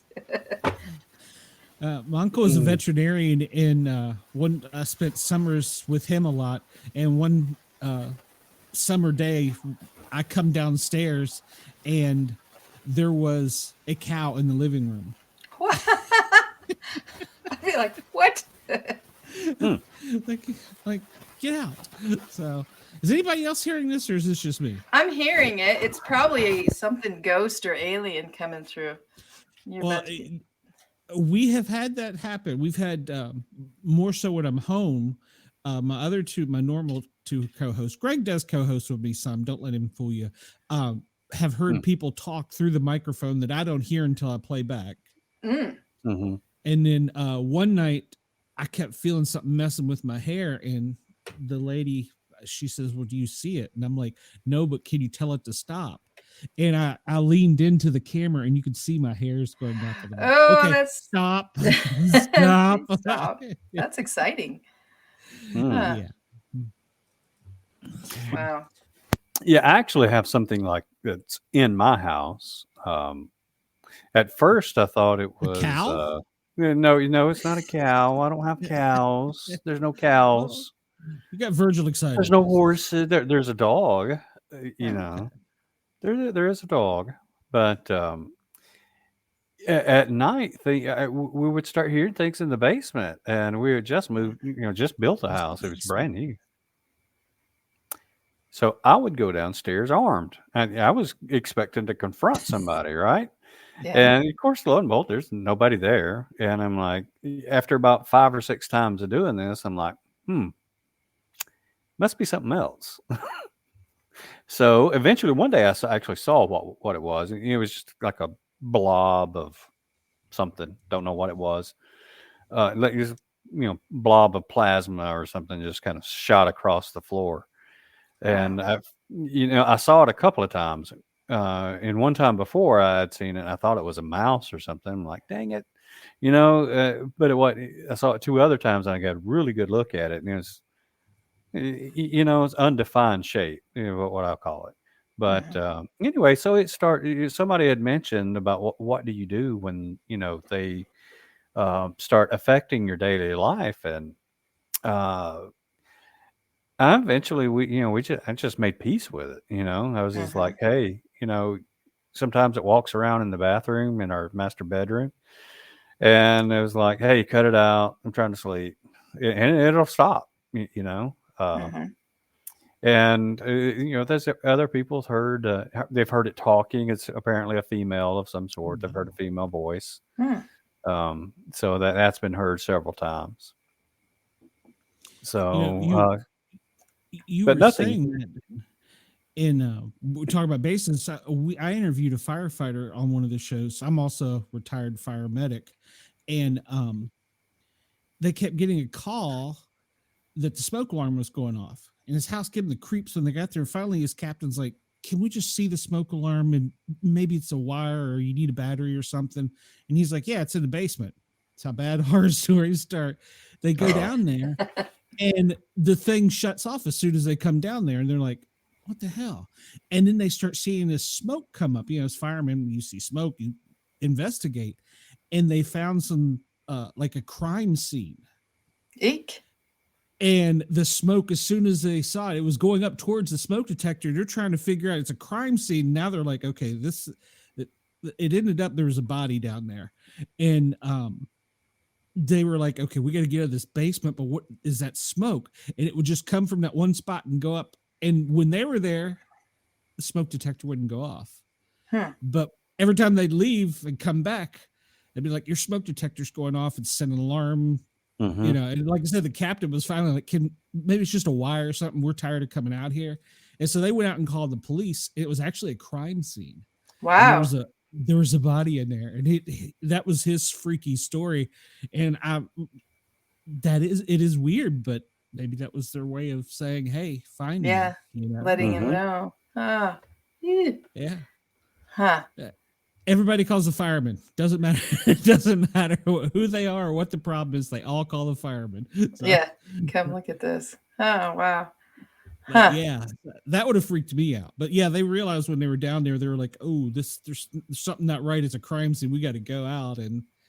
But they watched it. He said, "We watched the smoke. It would go up and it wouldn't go off." And we were like, "What is this?" Yeah. Yeah. Oh, that's trippy. Huh. Yeah, I'd have turned in my resignation after that. So be done. Well, I used to when I was a kid, my mom and dad divorced when I was young, and my mom married again and had a much younger brother, 11 years younger than me. And we moved to this house in town, in this small town in Ohio. It was across from the mortuary. And this house was really interesting, old 100-year-old, typical basement, 2-story, big old rambling box house. Upstairs, you'd go from where it was nice and temperate downstairs, you'd go upstairs and you'd go into this big open room that me and my stepbrother, we were little kids, we would share this first kind of opening room. And it had red wallpaper, and they'd wallpapered the ceiling red too. And it was really weird. And there was this little tiny attic door talking about little people off to the side that went into this side attic. And I never felt comfortable in this house. And then there were 2 rooms off of this main thing. One was each of my brother and my stepbrother had them. One was, it was these vertical stripe wallpaper that you walk in and you're dizzy. And his room was always boiling hot. And then you'd walk into my brother's room and it had really weird, just kind of a bright, icky, weird blue wallpaper. And it was freezing cold. Oh, almost see your breath in the winter. And this house was always so weird. And I just was always uncomfortable with it. And eventually we lived there only like 6 months. There were dead cats, unfortunately, kept showing up in the swimming pool. It was like, what is going on in this house?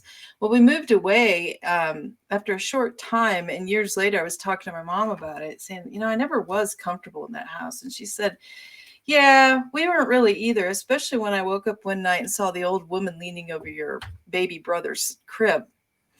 And I was like, you could have mentioned that. And she goes, we saw her a couple more times come down the stairs and then go in their room and look over the crib. And I was like, you could have said something about that, because there was weird stuff I felt upstairs, just it was a real creepy house. So it was I think back on that place, and I have created in a story. There's a house I did with that kind of wallpaper, and then the red, just kind of playing off that whole feel of,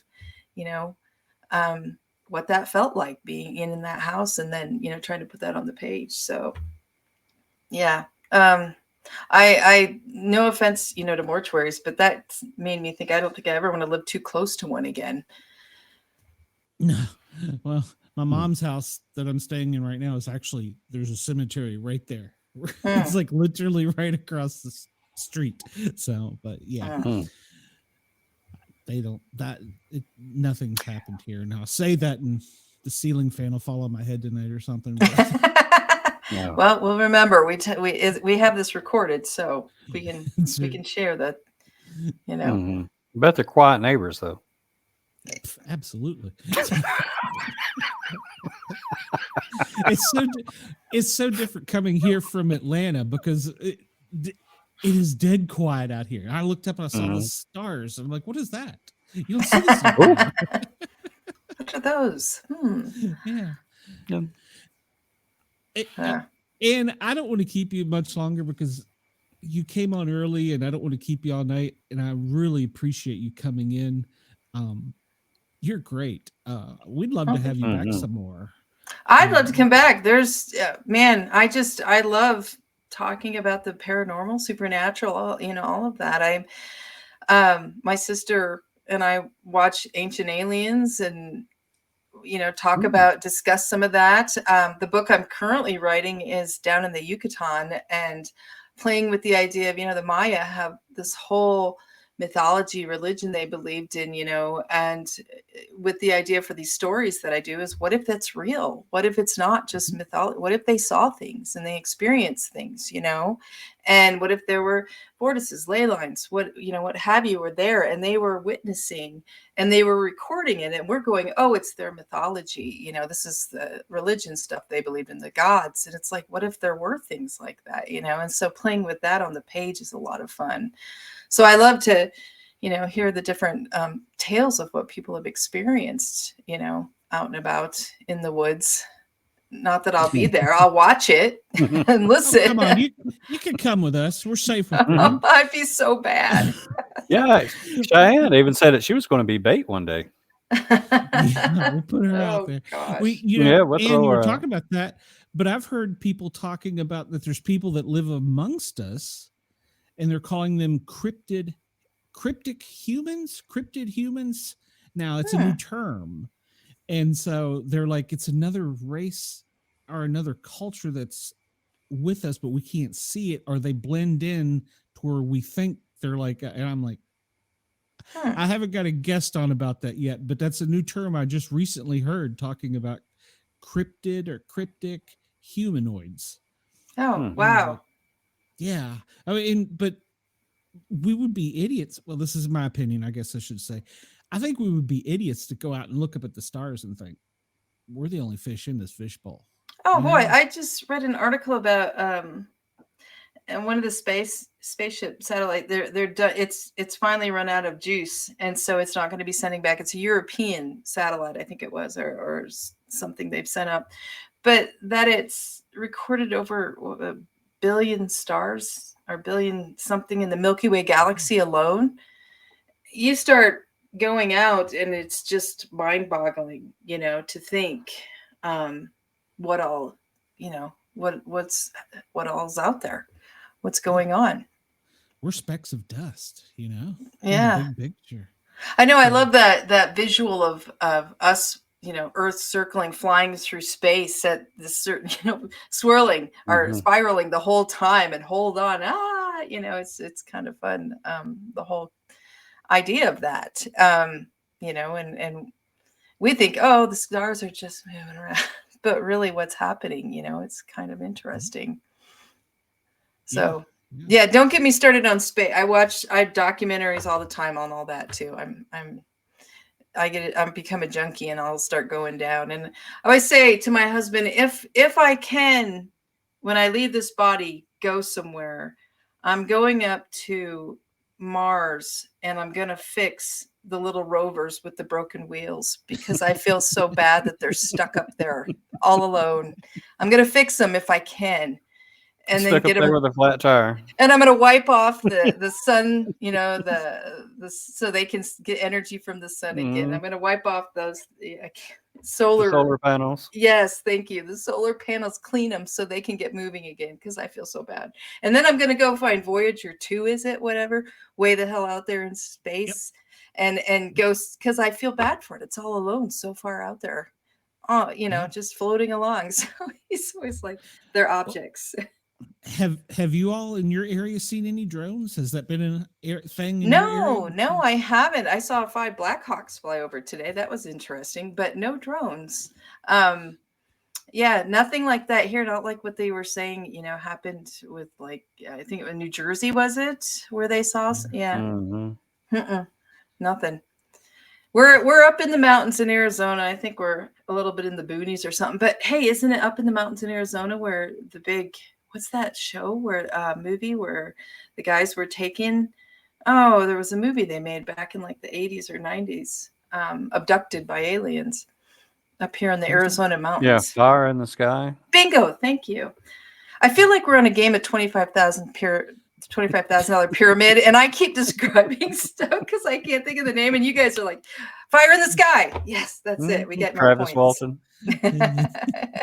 But anyway, yeah, that was a fun, interesting movie. Yes. Oh, and kudos to you, by the way. Supertramp, Breakfast in America is my favorite album. So. Oh man, I love that too. We listen to that when we travel all the time. Sometimes I can't listen to the Logical song though. It's depressing in some ways because it's like, oh, it's right, man. We started out so happy and open, and then they, made it so we had to get logical and cynical and all that. But it's great. Yep. Good stuff. Absolutely.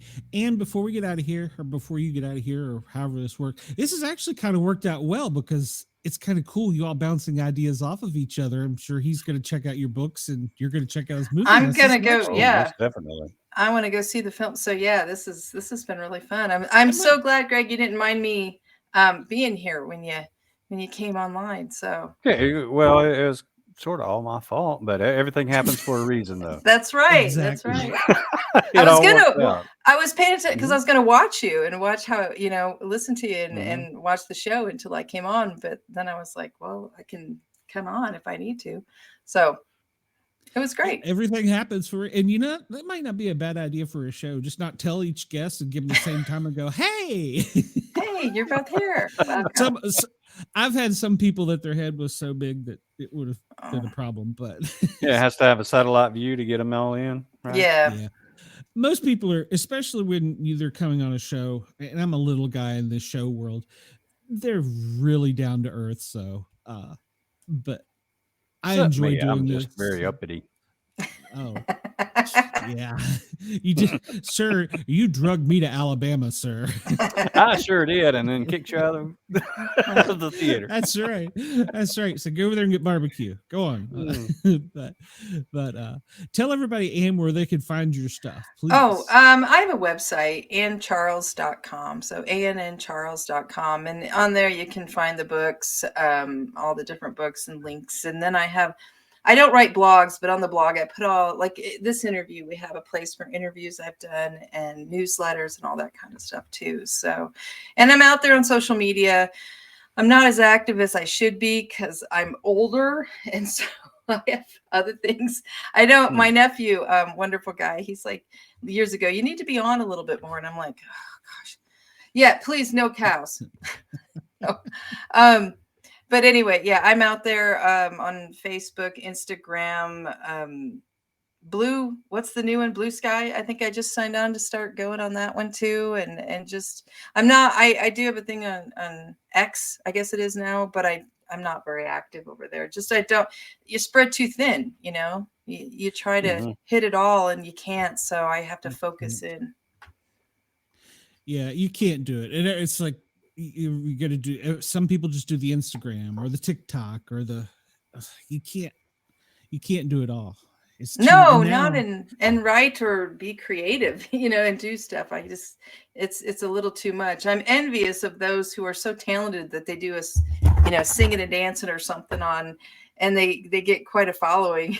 Mm-hmm. You don't want me to does sing, that from time to time. It's only with the alcohol. But my wife pushes me. She says, you need to do more TikToks. You need to do more TikToks. And then one of our other co-hosts on here, Bobby Dizzle, he was in the chat earlier. He's been pushing me to do more YouTube shorts. And so I made up like 2 or 3 little stupid ones and put them up. Had nothing to do with paranormal stuff. Got like 3,000 views. Wow. I made one about my football team winning and the other team sucking. Got hate mail. I'm like, shit, I'm doing the wrong thing. Yeah, really. So, but yes, Anne, you're more than welcome to come on anytime you want. Now, open invitation. Thank We you. would love to have you back. Hey, if I'm shorthanded, I'll email you one night and say, hey, you want to come on? Yeah, definitely. If I'm open, I'm happy to jump on. I've got my whole thing set up here. I can just hop on and hang out. So yeah, keep me in mind. Definitely. Yeah. Yeah. And that's what I do with Greg too. That's what I said when you were saying, I don't want to step on his toes. I'm like, nah, Greg's a friend. He's hopped on here. As matter of fact, he was in the chat one night and he was like watching me stutter and stammer. And he's like, can you send me the link, Glenn, so you can shut up? I did not. He was a little politer, but and you have a great Ruined night. my reputation. And yeah, everybody thinks you're just that nice guy. And thank you so much. I am a nice guy. Yeah, I really appreciate you coming on, and please come back again. And I'm going to probably email you and get some tips on writing books, because I'm trying to bang the keyboard a little bit with science fiction paranormal thing I'm doing. So all right, great. Okay, all right. Well, thank you guys. It was nice to meet you, Greg, and talk to you. Good to meet you. And I will hopefully see you around somewhere and more paranormal stuff. Let's go out and have some fun. But I'm not going with you, Greg, in the woods. So forget it. Oh, come on. Right. Hey, you could push him in the portal. I would be like, right. Here you go, Bigfoot. Take him. I'll run the other way. As soon as you grab him, I'm out. All right. Not if I shoot the kag up under you. All right. Thanks, guys.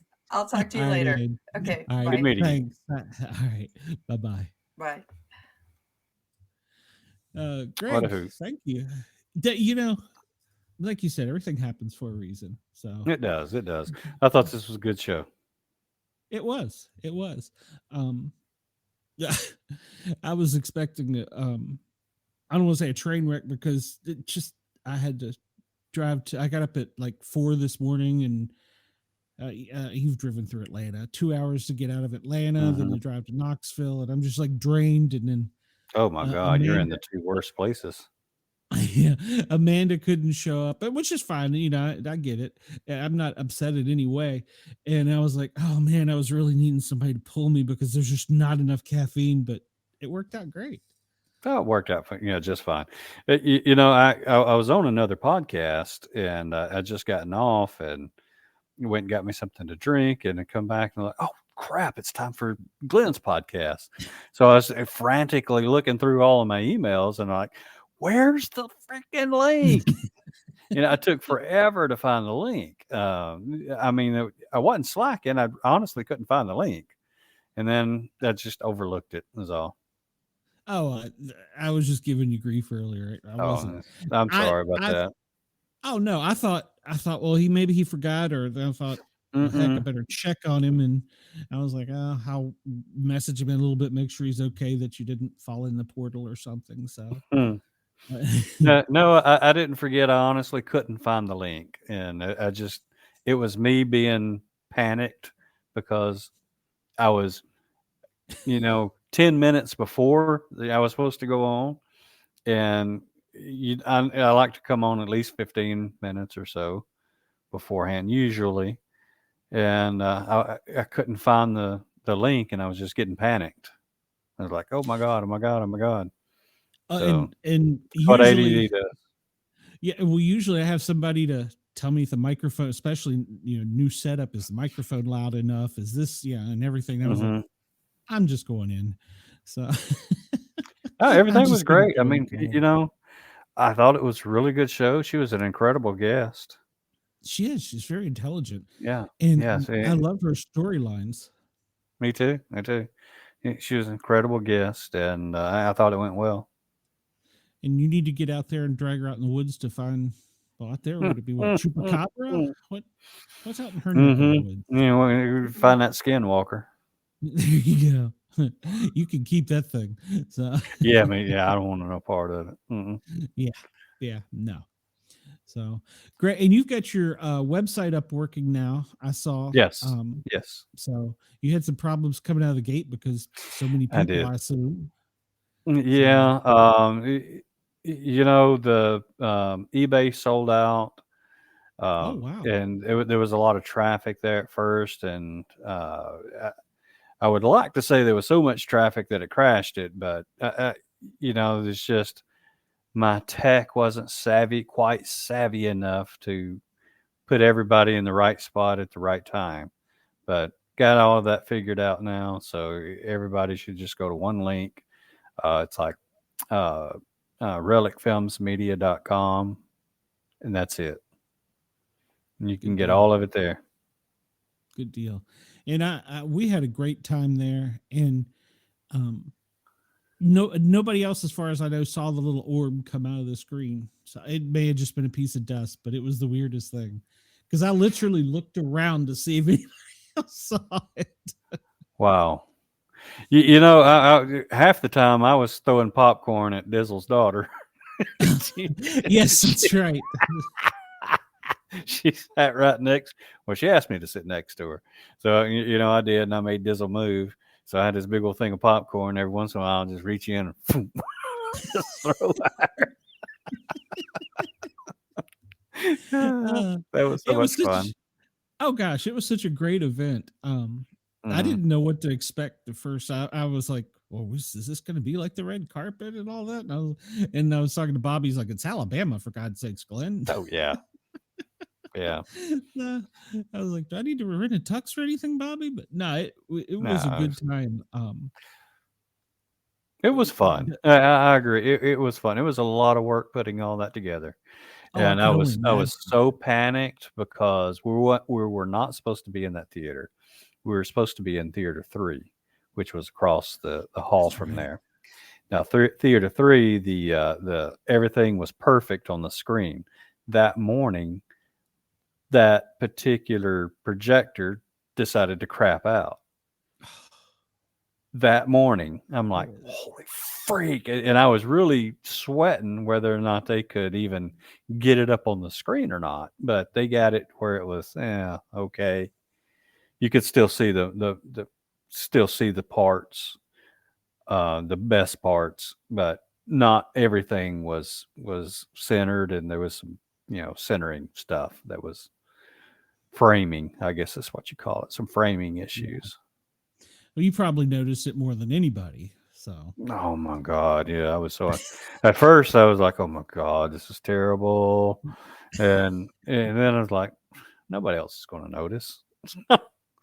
So it's just a few of the heads was like chopped off, and I'm like, I had to, especially like Anna Kaywood, or Anna Jones. I had to go over and I said to her, "Listen, Anna, I promise we are not that bad of filmmakers.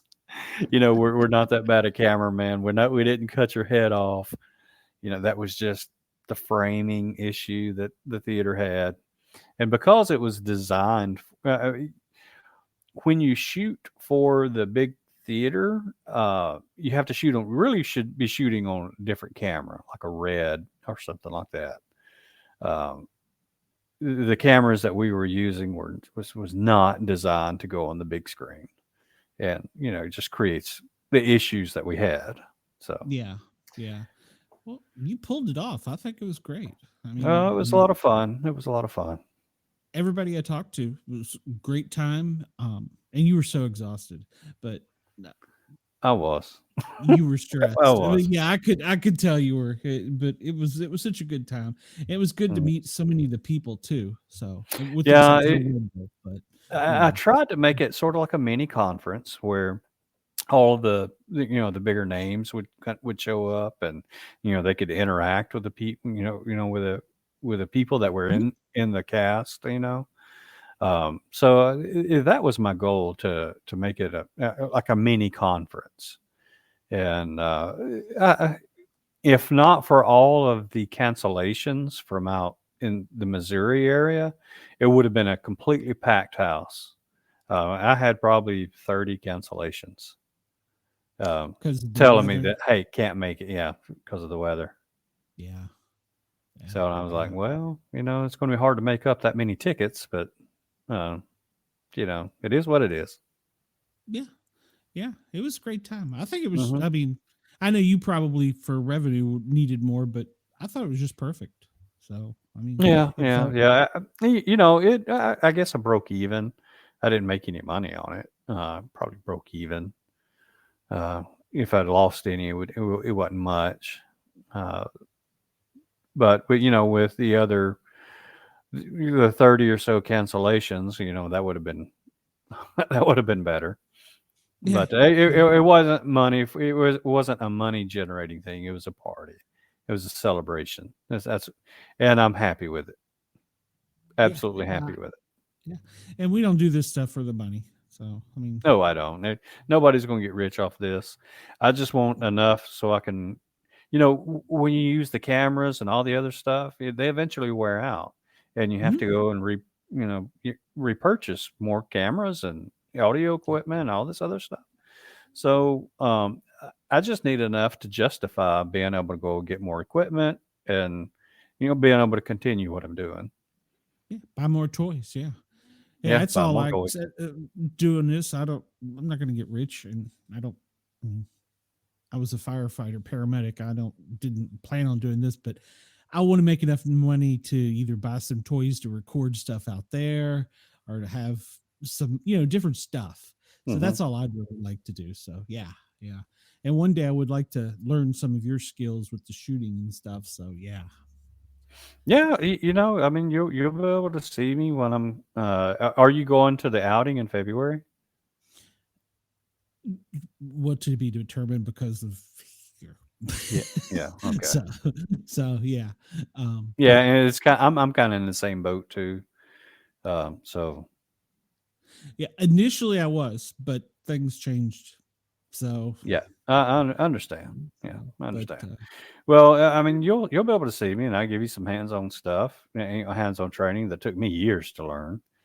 But it's a whole lot better if somebody can just sit and tell you what to do. oh, Saying, hey, absolutely. yeah, Oh, yeah, well, it's just do like, this, just do that. well, this stuff was even Greek to me. I mean, I had to like call my son and be like, okay, what do I do? My computer says it can't talk to his or that, and then Hmm. I was lucky. I had Ross, and I haven't mentioned him tonight. Gosh darn it! Everybody, we're live on Yerg's Radio. You can go to yergsradio.com and check us out. Hmm. We're also on Rainbow Radio. Ross has been a great mentor about teaching me how to set up stuff and then if me and him get stumped because he's retired Secret Service agent. We're about the same age. We'll call Kyle, my son. It's so funny. Yeah, you know, I'm losing my editor, Brent. He's had enough, and he's not going to be with me any longer. It's not anything bad. He's just, you know, moving on. Sure. So I'm having to relearn some editing, and I've actually started editing the beginning of the third film. Okay. Uh, Let me share that with you No. Okay. Great. if I can. Uh, Heads up, whatever. It always asks that. Uh, what do I do? Oh yeah, I gotta do the page, right? Yep. Yep. Hold on. I gotta Virgil. find what I want to share. Yeah. Don't share the wrong thing. Virgil, are you just trolling me or just make sure you hit the thumbs up and subscribe, Virgil. So Do.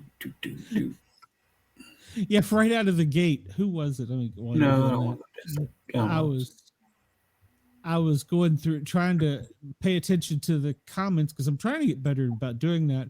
And somebody right out of the gate was like, "Can you please lift your shirt for me?"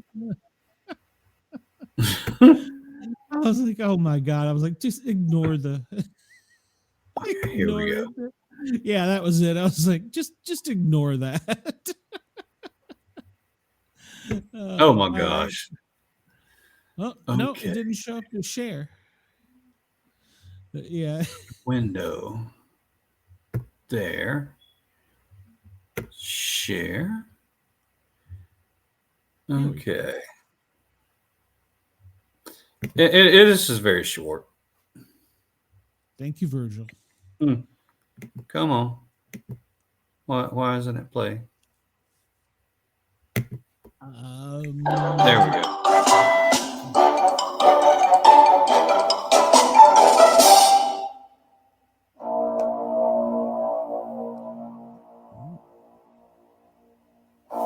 No, this is the wrong one.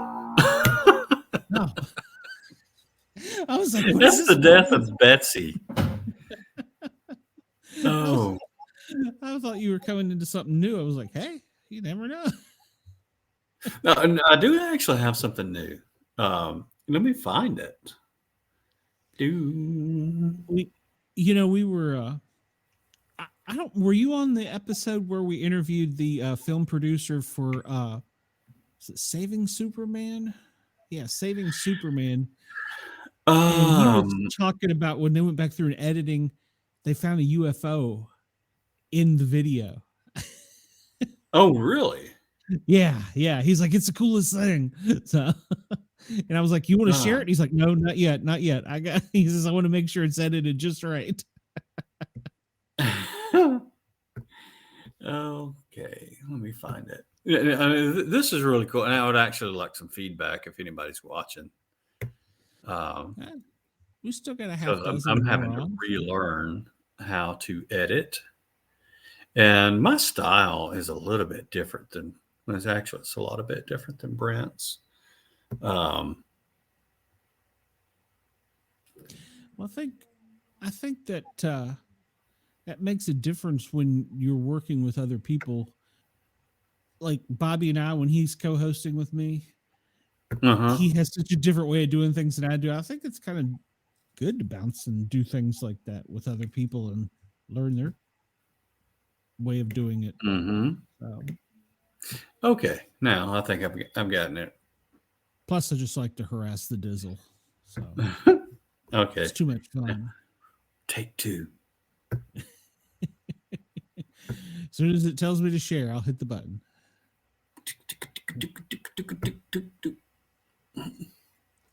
Yeah, Virgil, make sure you come over to YouTube and find me under the Paranormal Guyz with a Z and subscribe there too, please. Please. Okay, you ready? I'm ready, sir. Okay, here we go.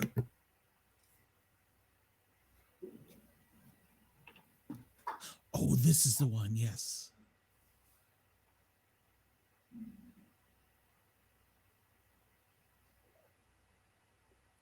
Does it have audio? Not yet. Okay. I don't understand why it's not playing the audio. Oh, I gotta hit this button. Okay, take three.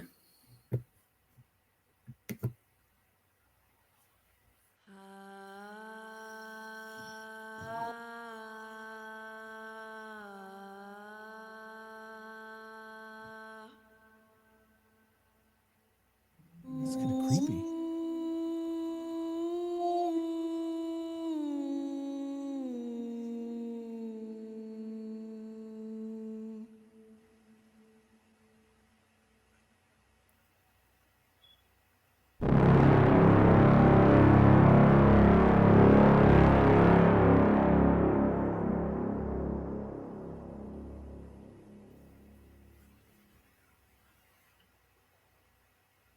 Okay.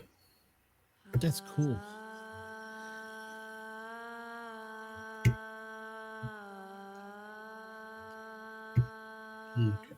Boop. Nothing All wrong right, with there we giving a Dizzle grief. Thank you, Virgil. That's cool. Did you like it? Yes. I like it. It's kind of that creepy, dark, eerie. Yeah.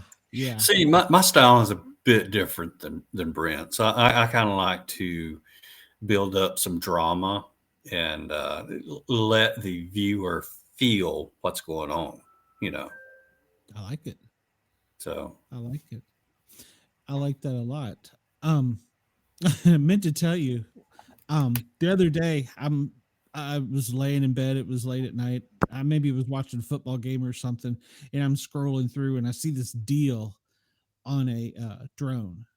And it's like I'm reading the reviews and I'm like, oh, I've never had a drone, but this is like a $90 drone. I could probably afford that. And so I'm scrolling. I'm about to put in cart, And so I was like, wait, let me go check over YouTube and look at the reviews. And I went over there and everybody's like, don't waste your money. I was like, I almost had a drone. Because I told Beth, I was like, hey, can we afford if I buy a drone? She's like, well, if it's that much, maybe. I'm like, please. So, I'll keep waiting. Well, sounds like me. Yeah, exactly. That's why your picture with coming up over the Smoky Mountains, the fog, the smoke, the mist. That's what made me think of that. Yeah, I love that. So. And there's places out there where you can get drone footage.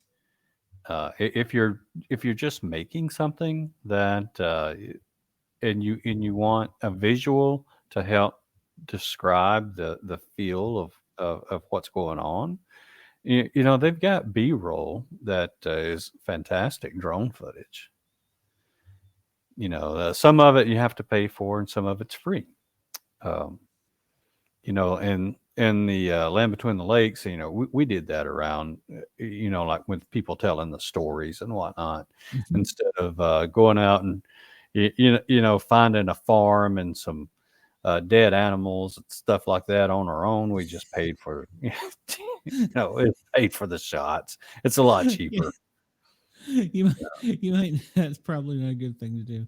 Virgil, just calm down. There's no reason to. It's just cows, man. It's just cows. So. Well, this is views of Greenland. That wasn't where that. No, that was not Greenland. That was the Smoky Mountains.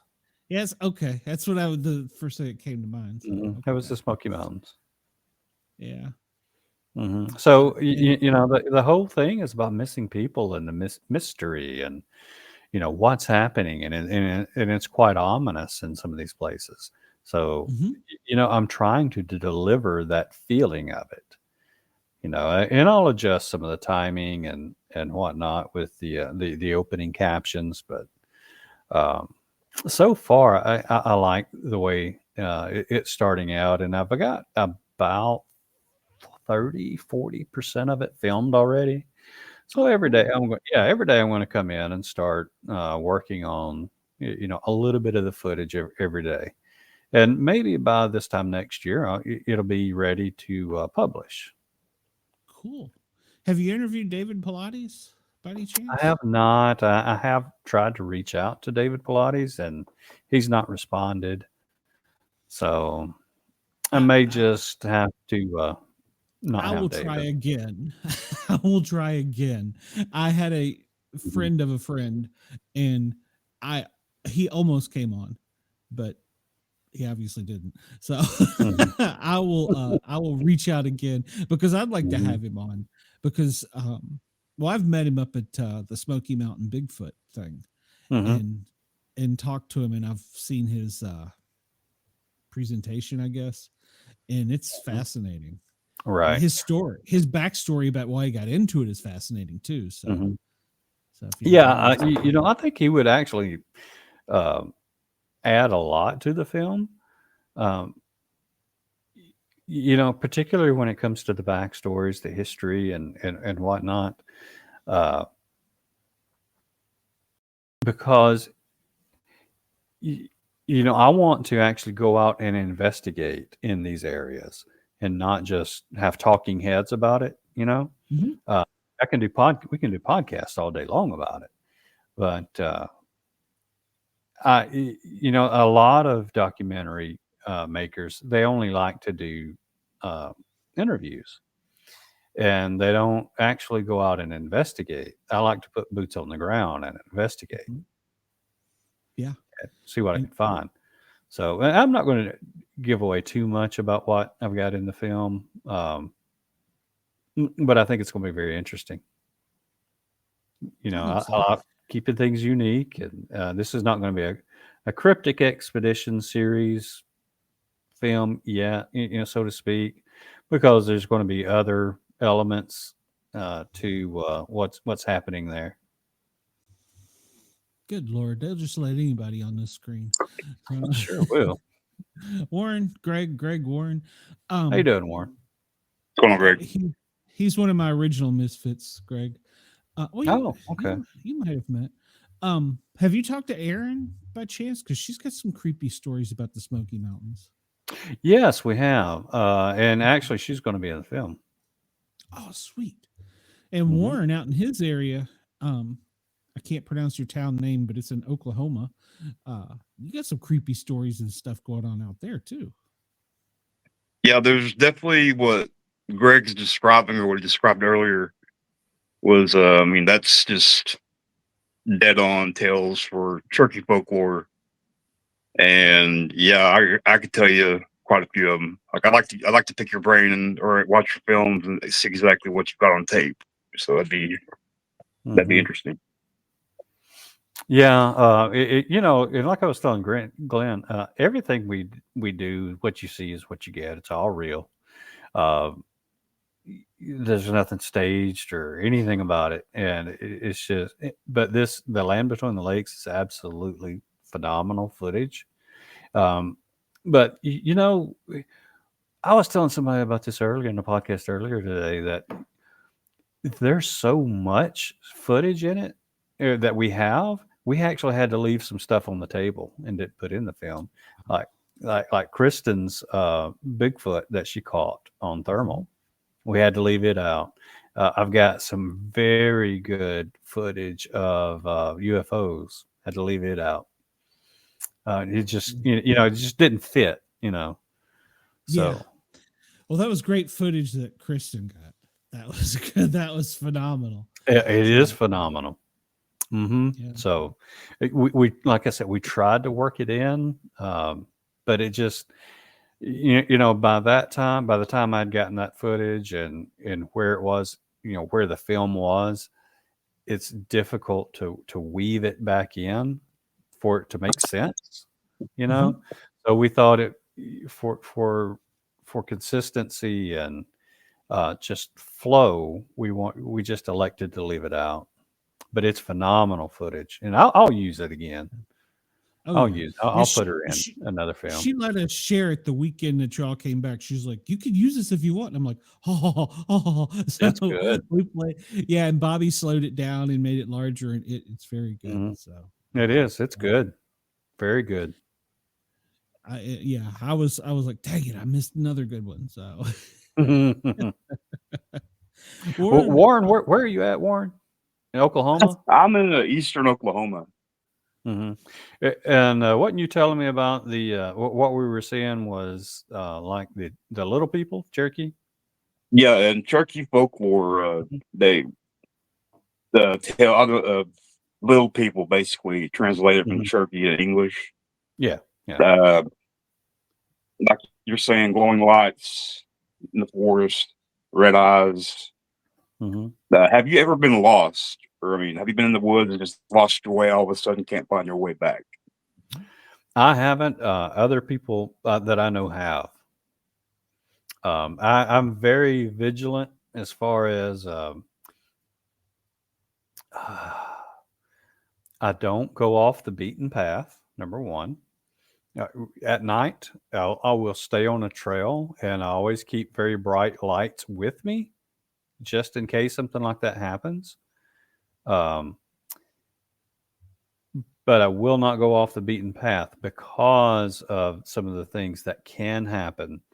But I do know other people that get out there and all of a sudden they're very disoriented. It happened to Trey Hudson. He was very disoriented where he was. Okay, it happened to you.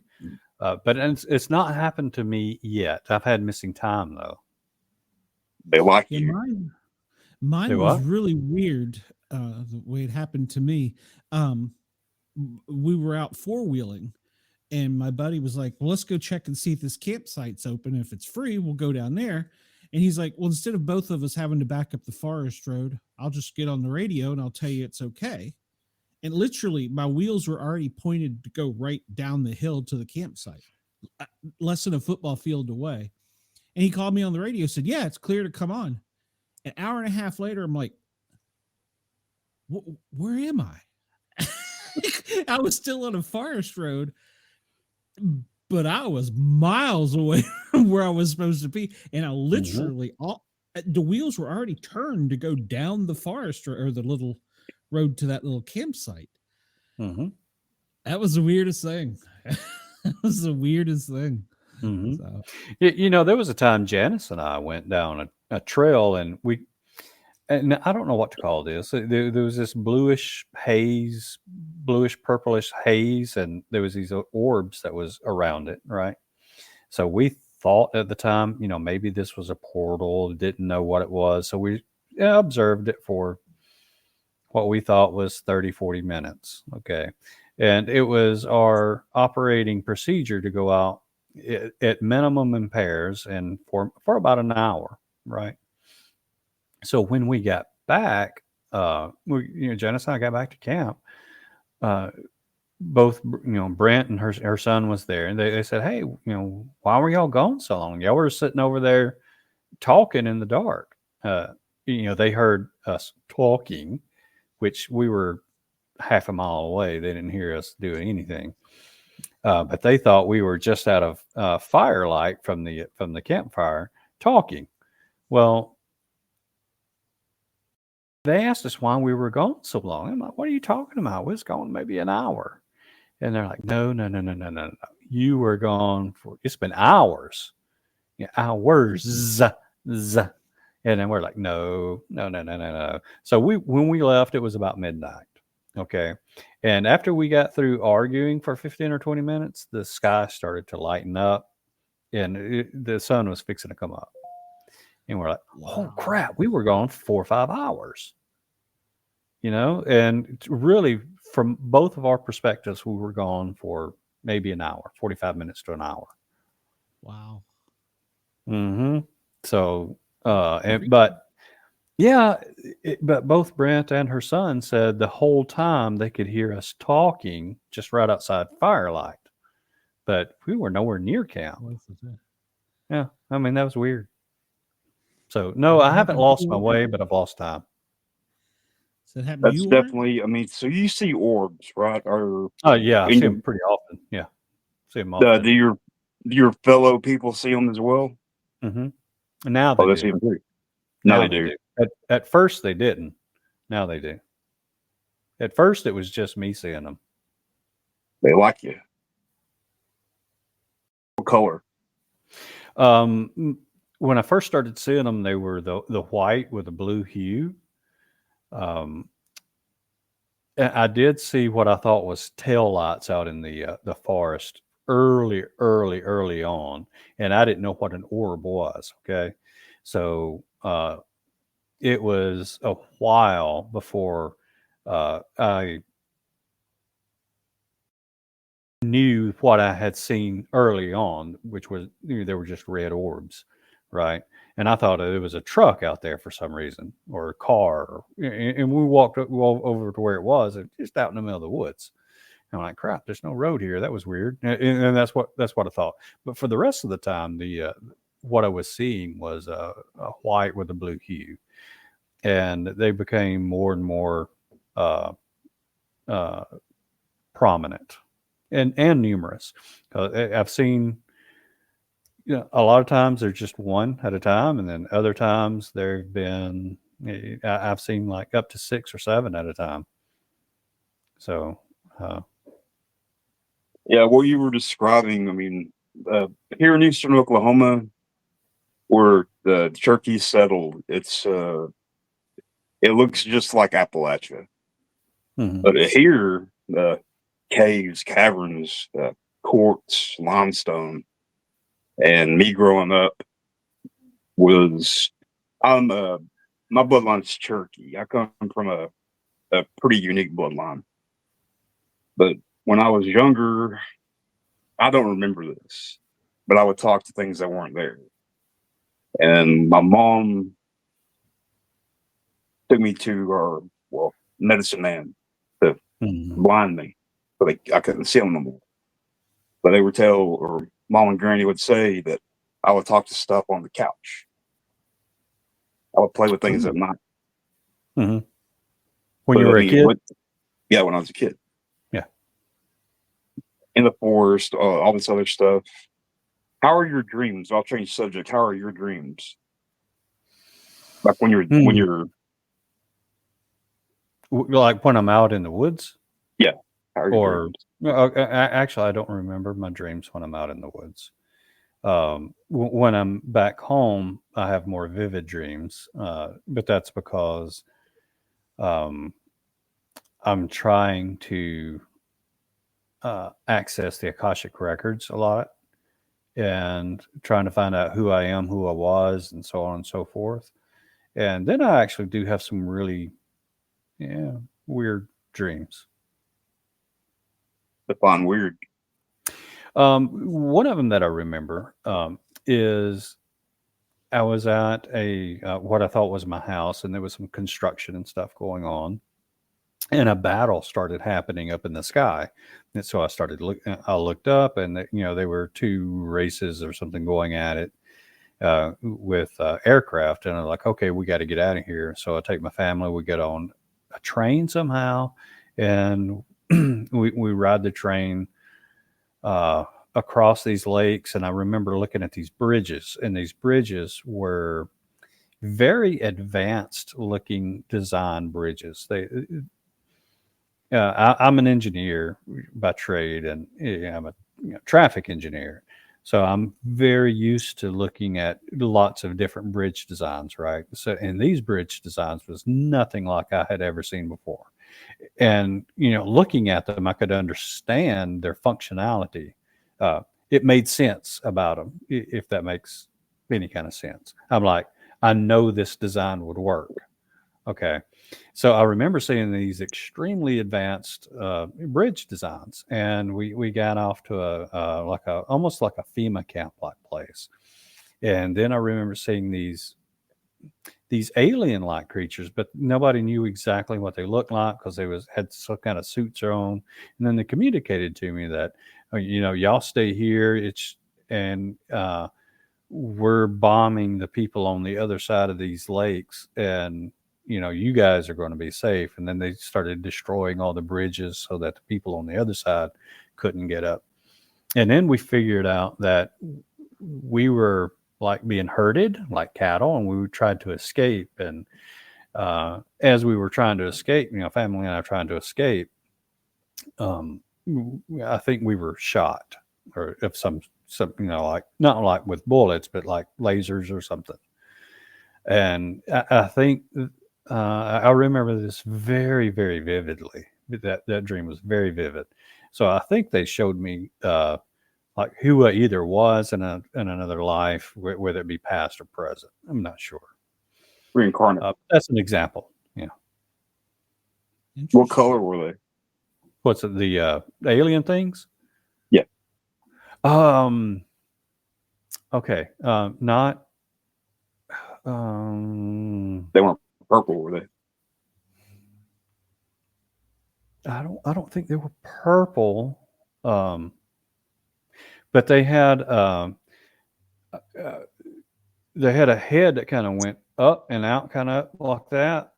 And I don't know if it was a helmet or just the way their body was shaped, but the head kind of went up, it kind of mushroomed out a little, but with pointed edges, and their forehead was a little bit more extended.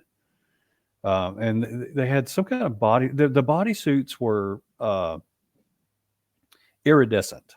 They were iridescent. So you would see all the colors in it, depending on what angle you were looking at it.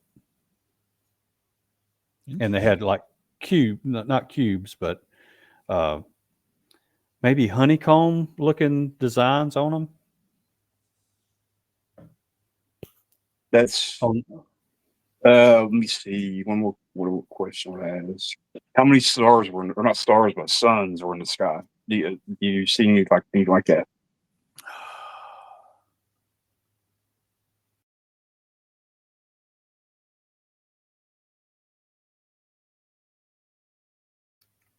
Because what you're describing, I've had dreams of something like that. Not being, with a dream, just keep going with it. They were purple, rather large. Yeah, And in the these they were sky, large. Yeah. and in the sky there was 3 suns, but Mm-hmm. one was cracking, or one was, I don't know how to describe it. It was Mm-hmm. Like I said, it depends on your angle of what these things look like, because of their suits. At some point you could say that they were purple, but at some point they would be yellowish, and some point, you know what iridescence is, right? define it for me. Okay, iridescence. Okay, like some beetles have it, or like you take oil and you put an oil on top of water, Got you. and Yeah, kind of like a heat yeah, treated metal. You gotta just shift it and yeah, yeah. Like a hologram, a bismuth is like, hologram. yeah, bismuth is like that. Take it's multicolored depending on the angle that you're looking at it.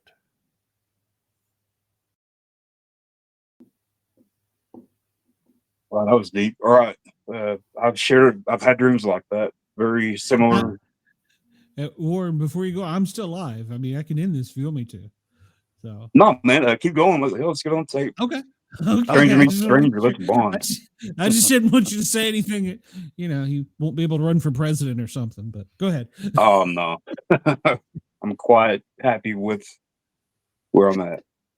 But no, with just listening to you talk and everything like that, or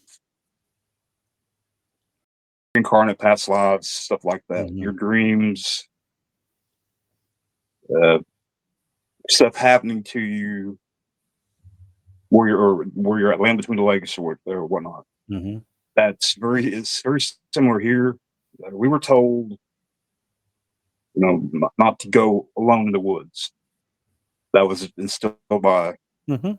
I can don't see go that. alone. I can see that. I would. I Well, would.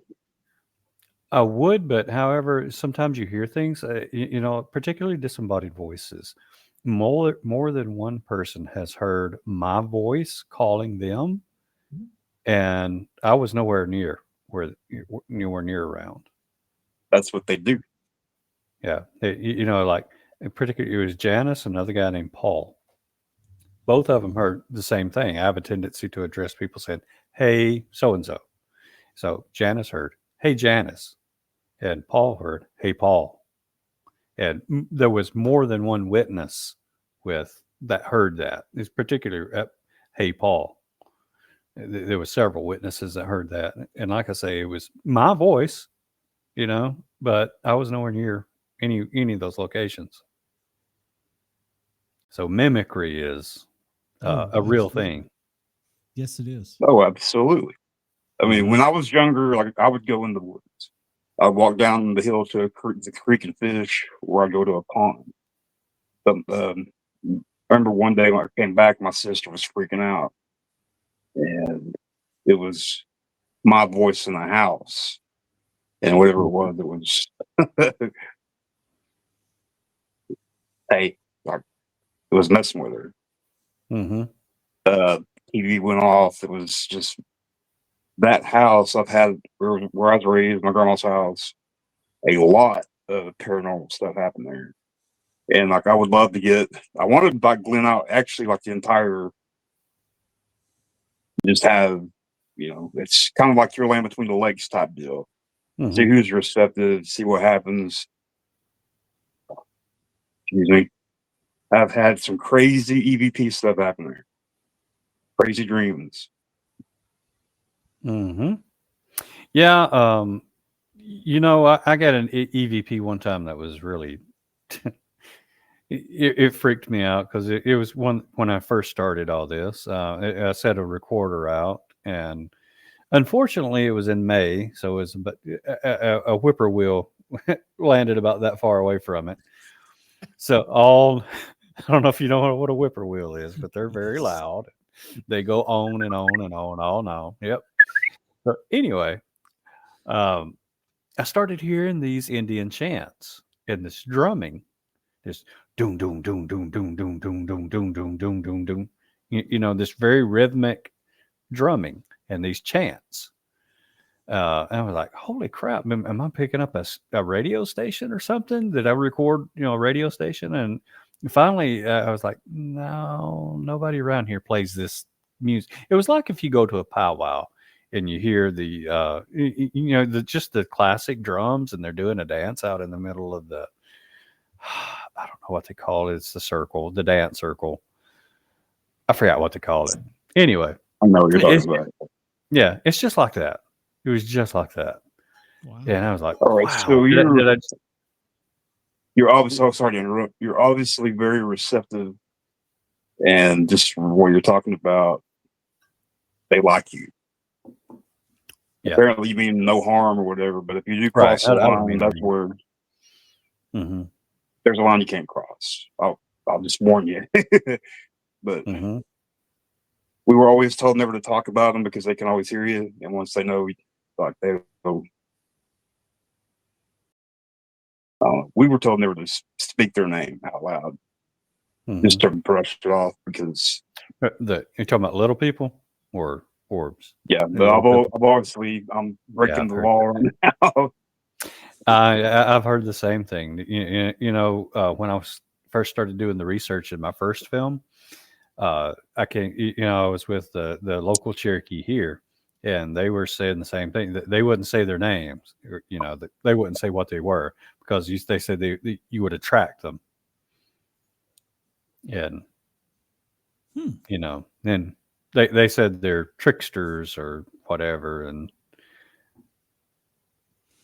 not all of them. Yeah. Well, I haven't had a bad experience with one at all, ever. Don't mess with Spearfinger. But there's other names for them as well. I mean, skinwalkers, what you were talking about, shapeshifters, people that can walk in between. It gets interesting.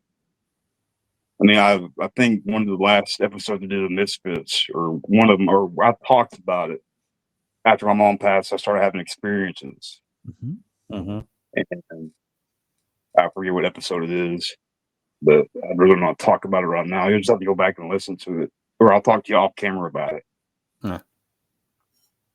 Very interesting stuff, man. Absolutely. I've tried to, I've tried my best to find out what they are. Now, I've been within arm's reach of these orbs on 2 occasions. Within arm's reach, they kind of buzzed me, kind of like a bat would do. A bat comes real close to you and just kind of buzz you and go on. They've done that twice. So I've got really, really good close look at them. Did it have a sound? Yeah, they're silent. Okay. But on both occasions, I was looking in their direction, and I saw them materialize, come really, really close, and then dematerialize. Just boop and then go. And they were really. What's your what is it called? Ethnic. What do you come from? I'm a mixed blood. I got some Cherokee. I got some Irish in me, and I've got a bit of Italian in me. But I've got a pretty good bit of Cherokee, though. One of my ancestors was on the Trail of Tears, and he escaped the Trail of Tears, and then afterwards he registered as I call it here Black Dutch, to keep from being rounded up and being sent back to or sent to Oklahoma. Well, that sounds like, I mean, maybe it's your blood calling to you. I mean, you go, what is the correct term?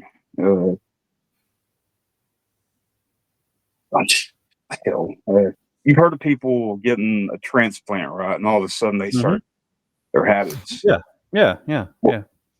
Well, I've, this isn't, I don't think it's proven or anything like that. It's my opinion.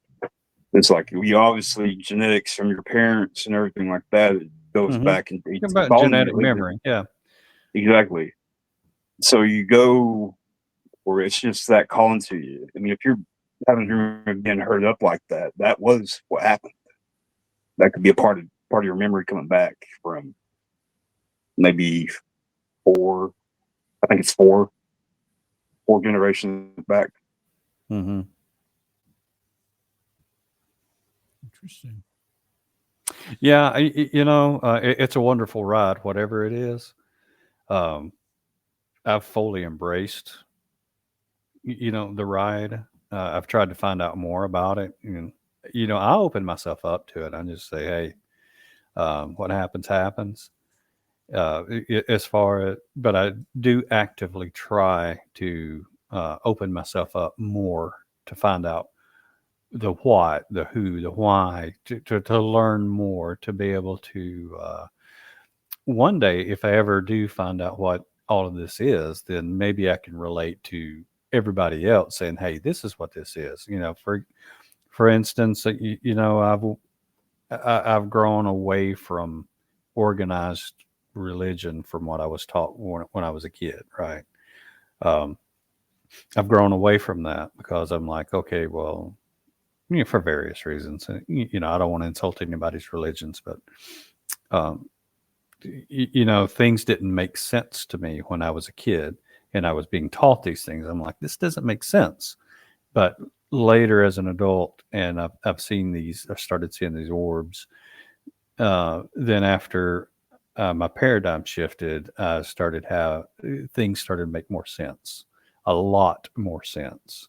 And, I think I'm in a very good place, knowing part of what I am and who I am, and it's I kind of find it my mission to tell these stories and open up other people's minds that this is a bigger world that we live in. Long ago the Indians used to talk about everything has a spirit, right? The spirit of the eagle, the coyote spirit, the tree spirit, the rock spirit. I'm sitting here thinking, I'm like, at first when I was a little kid, I was like, however, now my paradigm shifted. Okay, I think about the creator. Okay, well, the creator's got to create everything, right? Well, the spark of the creator's in everything. So they were right all along. Well, whatever you're seeing is, I mean, they like you. I'll say it over and over again, but they like you. Well, that's a good thing. Yeah, it is a good thing because I'm going to say that I've had communication with them. They have responded. They have responded to stimuli. Absolutely. There's been times where I sit and we just watch them, and it just gets so late. I'm sitting there, just talking to them and what's the word? Communing with them. That I'm like, okay, it's time to go back to bed. I was like, say, I'm sorry, Mr. Orb, I got to go to bed. And I start walking back to camp, and the orb follows me. So that's happened many a times. That's cool. To go back to what you guys were talking about earlier, a shadow trying to enter you. Mm-hmm. Yeah, those. Where was that? It was at the Meadow, and I can't divulge where it is because I signed an NDA. Yeah. Oh wow! Right. Yeah. It's a very sacred place. So yeah, it is. And it's a very weird place. It is a very weird place. I had my first, I don't know what to call it other than a psychic experience there. And this was after Bob had passed away. The group and I went over to the Meadow to pay our respects. And this was after the funeral respects. This was after that. And so we did this meditative session, right? And we were instructed to pay close attention to anything that you saw during the meditative session, and you just kind of report back to the group, after it was over. And one of the main things that I saw was this big white orb with a black dot in the middle. And like, I saw this white orb and a black dot in the middle. I don't know what it was about, but I clearly saw Bob at the end of it. And Trey was like, "Oh, I'll tell you what the white thing is in a minute." So after I got through explaining things, Trey said Bob had seen a UAP or UFO, whatever. It was white and it had a black dot in the middle. I didn't know that story. And it immediately affected me because it affected me with guilt, because I felt like that he had communicated with me to let everybody else know that he was there. And I was like, well, I didn't know him as well as everybody else did. And I was really just drawn with guilt, so much so and I was so disturbed by it that I left immediately.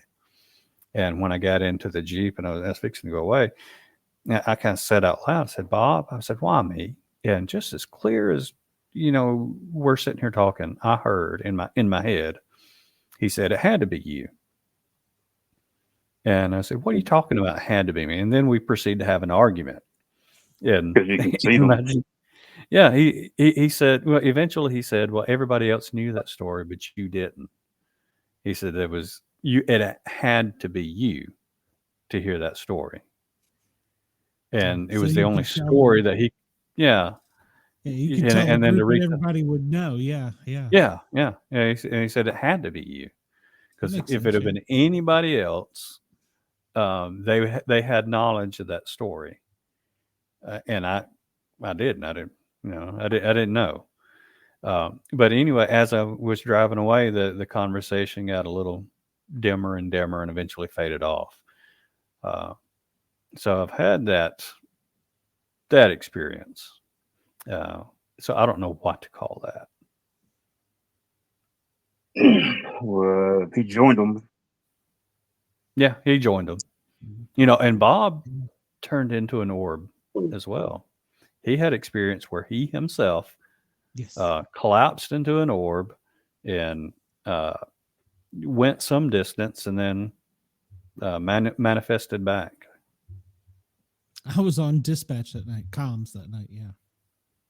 Mm-hmm. So, I mean, Traveler. I wasn't there that night, so. Traveler.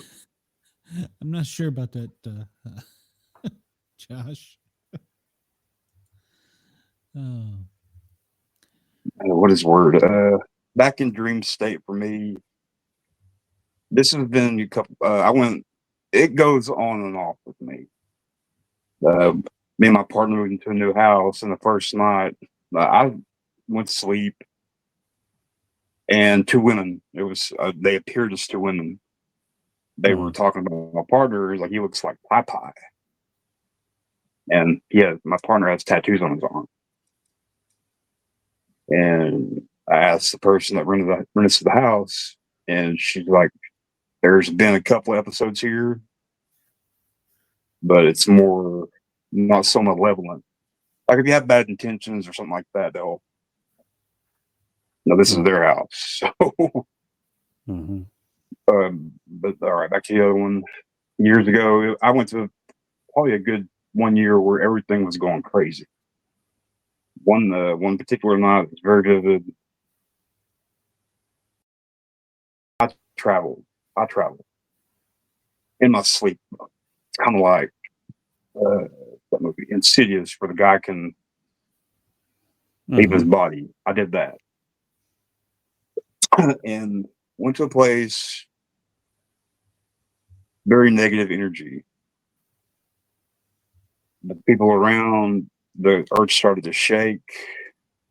Everybody got scared, including me. I remember getting down. You just hear it, boom, boom, boom, boom, boom, boom, boom. And it's just right there in front of me. It's like there's no use hiding. So as we get up, it's like right in his face. Huge golden one. but it didn't. It was or maybe not orb shaped, but it was a humanoid, very very big. Look up in space, no eyes, no nothing, but I could hear it. And it said, "I want to get you. I mean, I would love to get you guys out here." Or Let's I mean, go to sound Oklahoma, Greg. I'm always up for good investigations. Just it's they call it skilly country, right? Or there's a certain area, and a lot of people have experiences there. I'd like to contact her. I mean, maybe get her on the show or something like that. But very fluent Cherokee. She's a generation before me, and she could probably tell you some wild stories, especially about because she grew up where I grew up. Bring her on. Have her on. I'll talk Greg, to you her could again. co-host. Yeah, I found it very difficult at first to talk to some of the Cherokee. You know, when we was making our first film, because they were really reluctant. Some of them were reluctant, and then one of the older ones came up, and then he like grabbed my face or something like that, and started looking at me. He said, "Like, you're Cherokee." Or he said, "You're Indian." Yeah. Well, look at your lawns. Yeah. I've got those too. Yeah. So he said, he said, then it's okay to talk to him because he said something about our blood or something like that. One of us. Yeah. Something along those lines. Yeah. And, after then we had some good talks with people, and that's where he starts talking about the little people. And that's the first time I'd ever heard of the little people. And, just lots of stories, just not necessarily about cryptids or anything like that, just good stories, lots of history. I wanted to put a lot of that in the first documentary too, but something told me not to. Just, you get the inner gut feeling, hey, don't put this story in for public consumption. Well, if you look, I mean, it's kind of, or just the research, or what I've been told growing up. And then there's, I reach out a little further about, it happens all over the world. I mean, you talk Scotland, you talk, Ireland, England, fairies, dwarves, and stuff like that. You go into the medieval stuff, and it's pretty similar in tale. Caves, caverns, usually rocks, quartz. You see them all the time. Fairies or something going around quartz. Norse. Oh, what is that? Sunstone? Yeah. I'm learning about my Norse, and so yeah. I thought that's what that was. Yep. I've got tons of stuff here. Oh, my wife's always throwing rocks at me. Throw them back, Glenn. Recognize that. But my buddy recognized that. Turquoise? Turquoise. Turquoise. Yeah, I've got tons of quartz and amethysts, and I'm kind of a rock hound too. Fossils all over the place. You can see one right there. It's right there. Okay. And it's a jaw of some critter. That's cool. If I could make it out there, I could definitely. Well, which if it happens, it happens. If not, not. But get in the area, then I could probably tell you what's there. I've gotten where I can feel them too. If there's something there, you can feel it.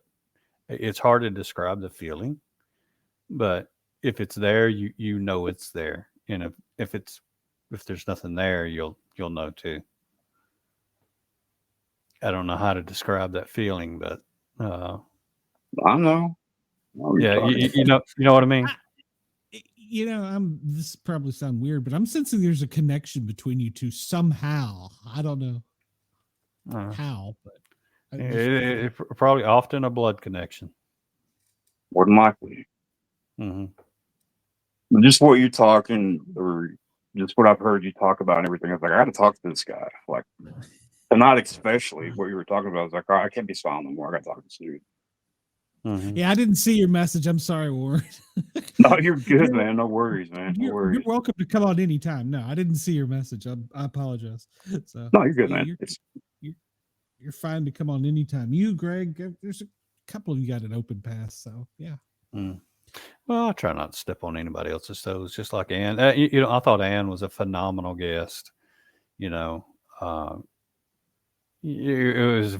She had a very, it was a very entertaining show with her. So you hit a home run on that, Glenn. Yeah. Every now and then I do it. I don't know how. Mm-hmm. Pull it up. And I'm so sorry I was late, but it worked out good. No, my mistake was your. Yeah, my mistake was. Yeah, it worked out very well. Greg, it was nice to meet you, man. It's very nice to meet you. I look forward to it. I actually want to go hop off here, and I want to go watch your flick. Mm-hmm. Well, it's a good film. I think you'll be really entertained with it. But like I say, everything in it is true. Everything in it has happened. Yes. Everything in it there is 100% real. Headphones for that growl. Yeah, get you some headphones for that growl. That Mm-hmm. growl. Well, what's the site one more time? Relicfilms.com? Relicfilmsmedia.com. Relicfilmsmedia.com. Mm-hmm. Excellent, man. All right. Yeah, well, I'm make going sure to hop you off put the here. media, because there's another Relic Films that's trying to steal my thunder. All right, man. You got it. We have Glenn. Okay, I'm going to have to get off here too. I've been on a podcast Yeah, ever since 6 o'clock, and it's we've almost 11. almost run 3 hours. Yeah, so yeah, I gotta get. I'm exhausted. I am too. I'm supposed to do a talked out. radio show tonight, but I don't think I can. I feel so horrible. Yeah, so. I've only got 38 words left in me. So. And I bet all of them start with F. Guys, I appreciate you coming on tonight. Warren, you're more than welcome anytime. I love you, brother. You need to get sir. back You too, man. more. Back at you. Send me a friend request, Warren. Yes, sir. You got it. Right up. All right. Thanks. You too. Y'all have a good night. I got to go. All right, bye. All right, everybody. Well, we've had a great episode. Thank you to all my guests. And wow, that was actually you have these episodes every now and then where we're just great. Thank you to everybody that came on. Thank you to Ann. Thank you to Yergs at Ross at yergsradio.com. Rainbow Radio, thank you. WRFN, thank you. And everybody else, we will see you. If we don't see you Saturday, I will see you next Wednesday. I have another great show lined up. So we're going to have a great time. Everybody, good night. We will talk to you soon.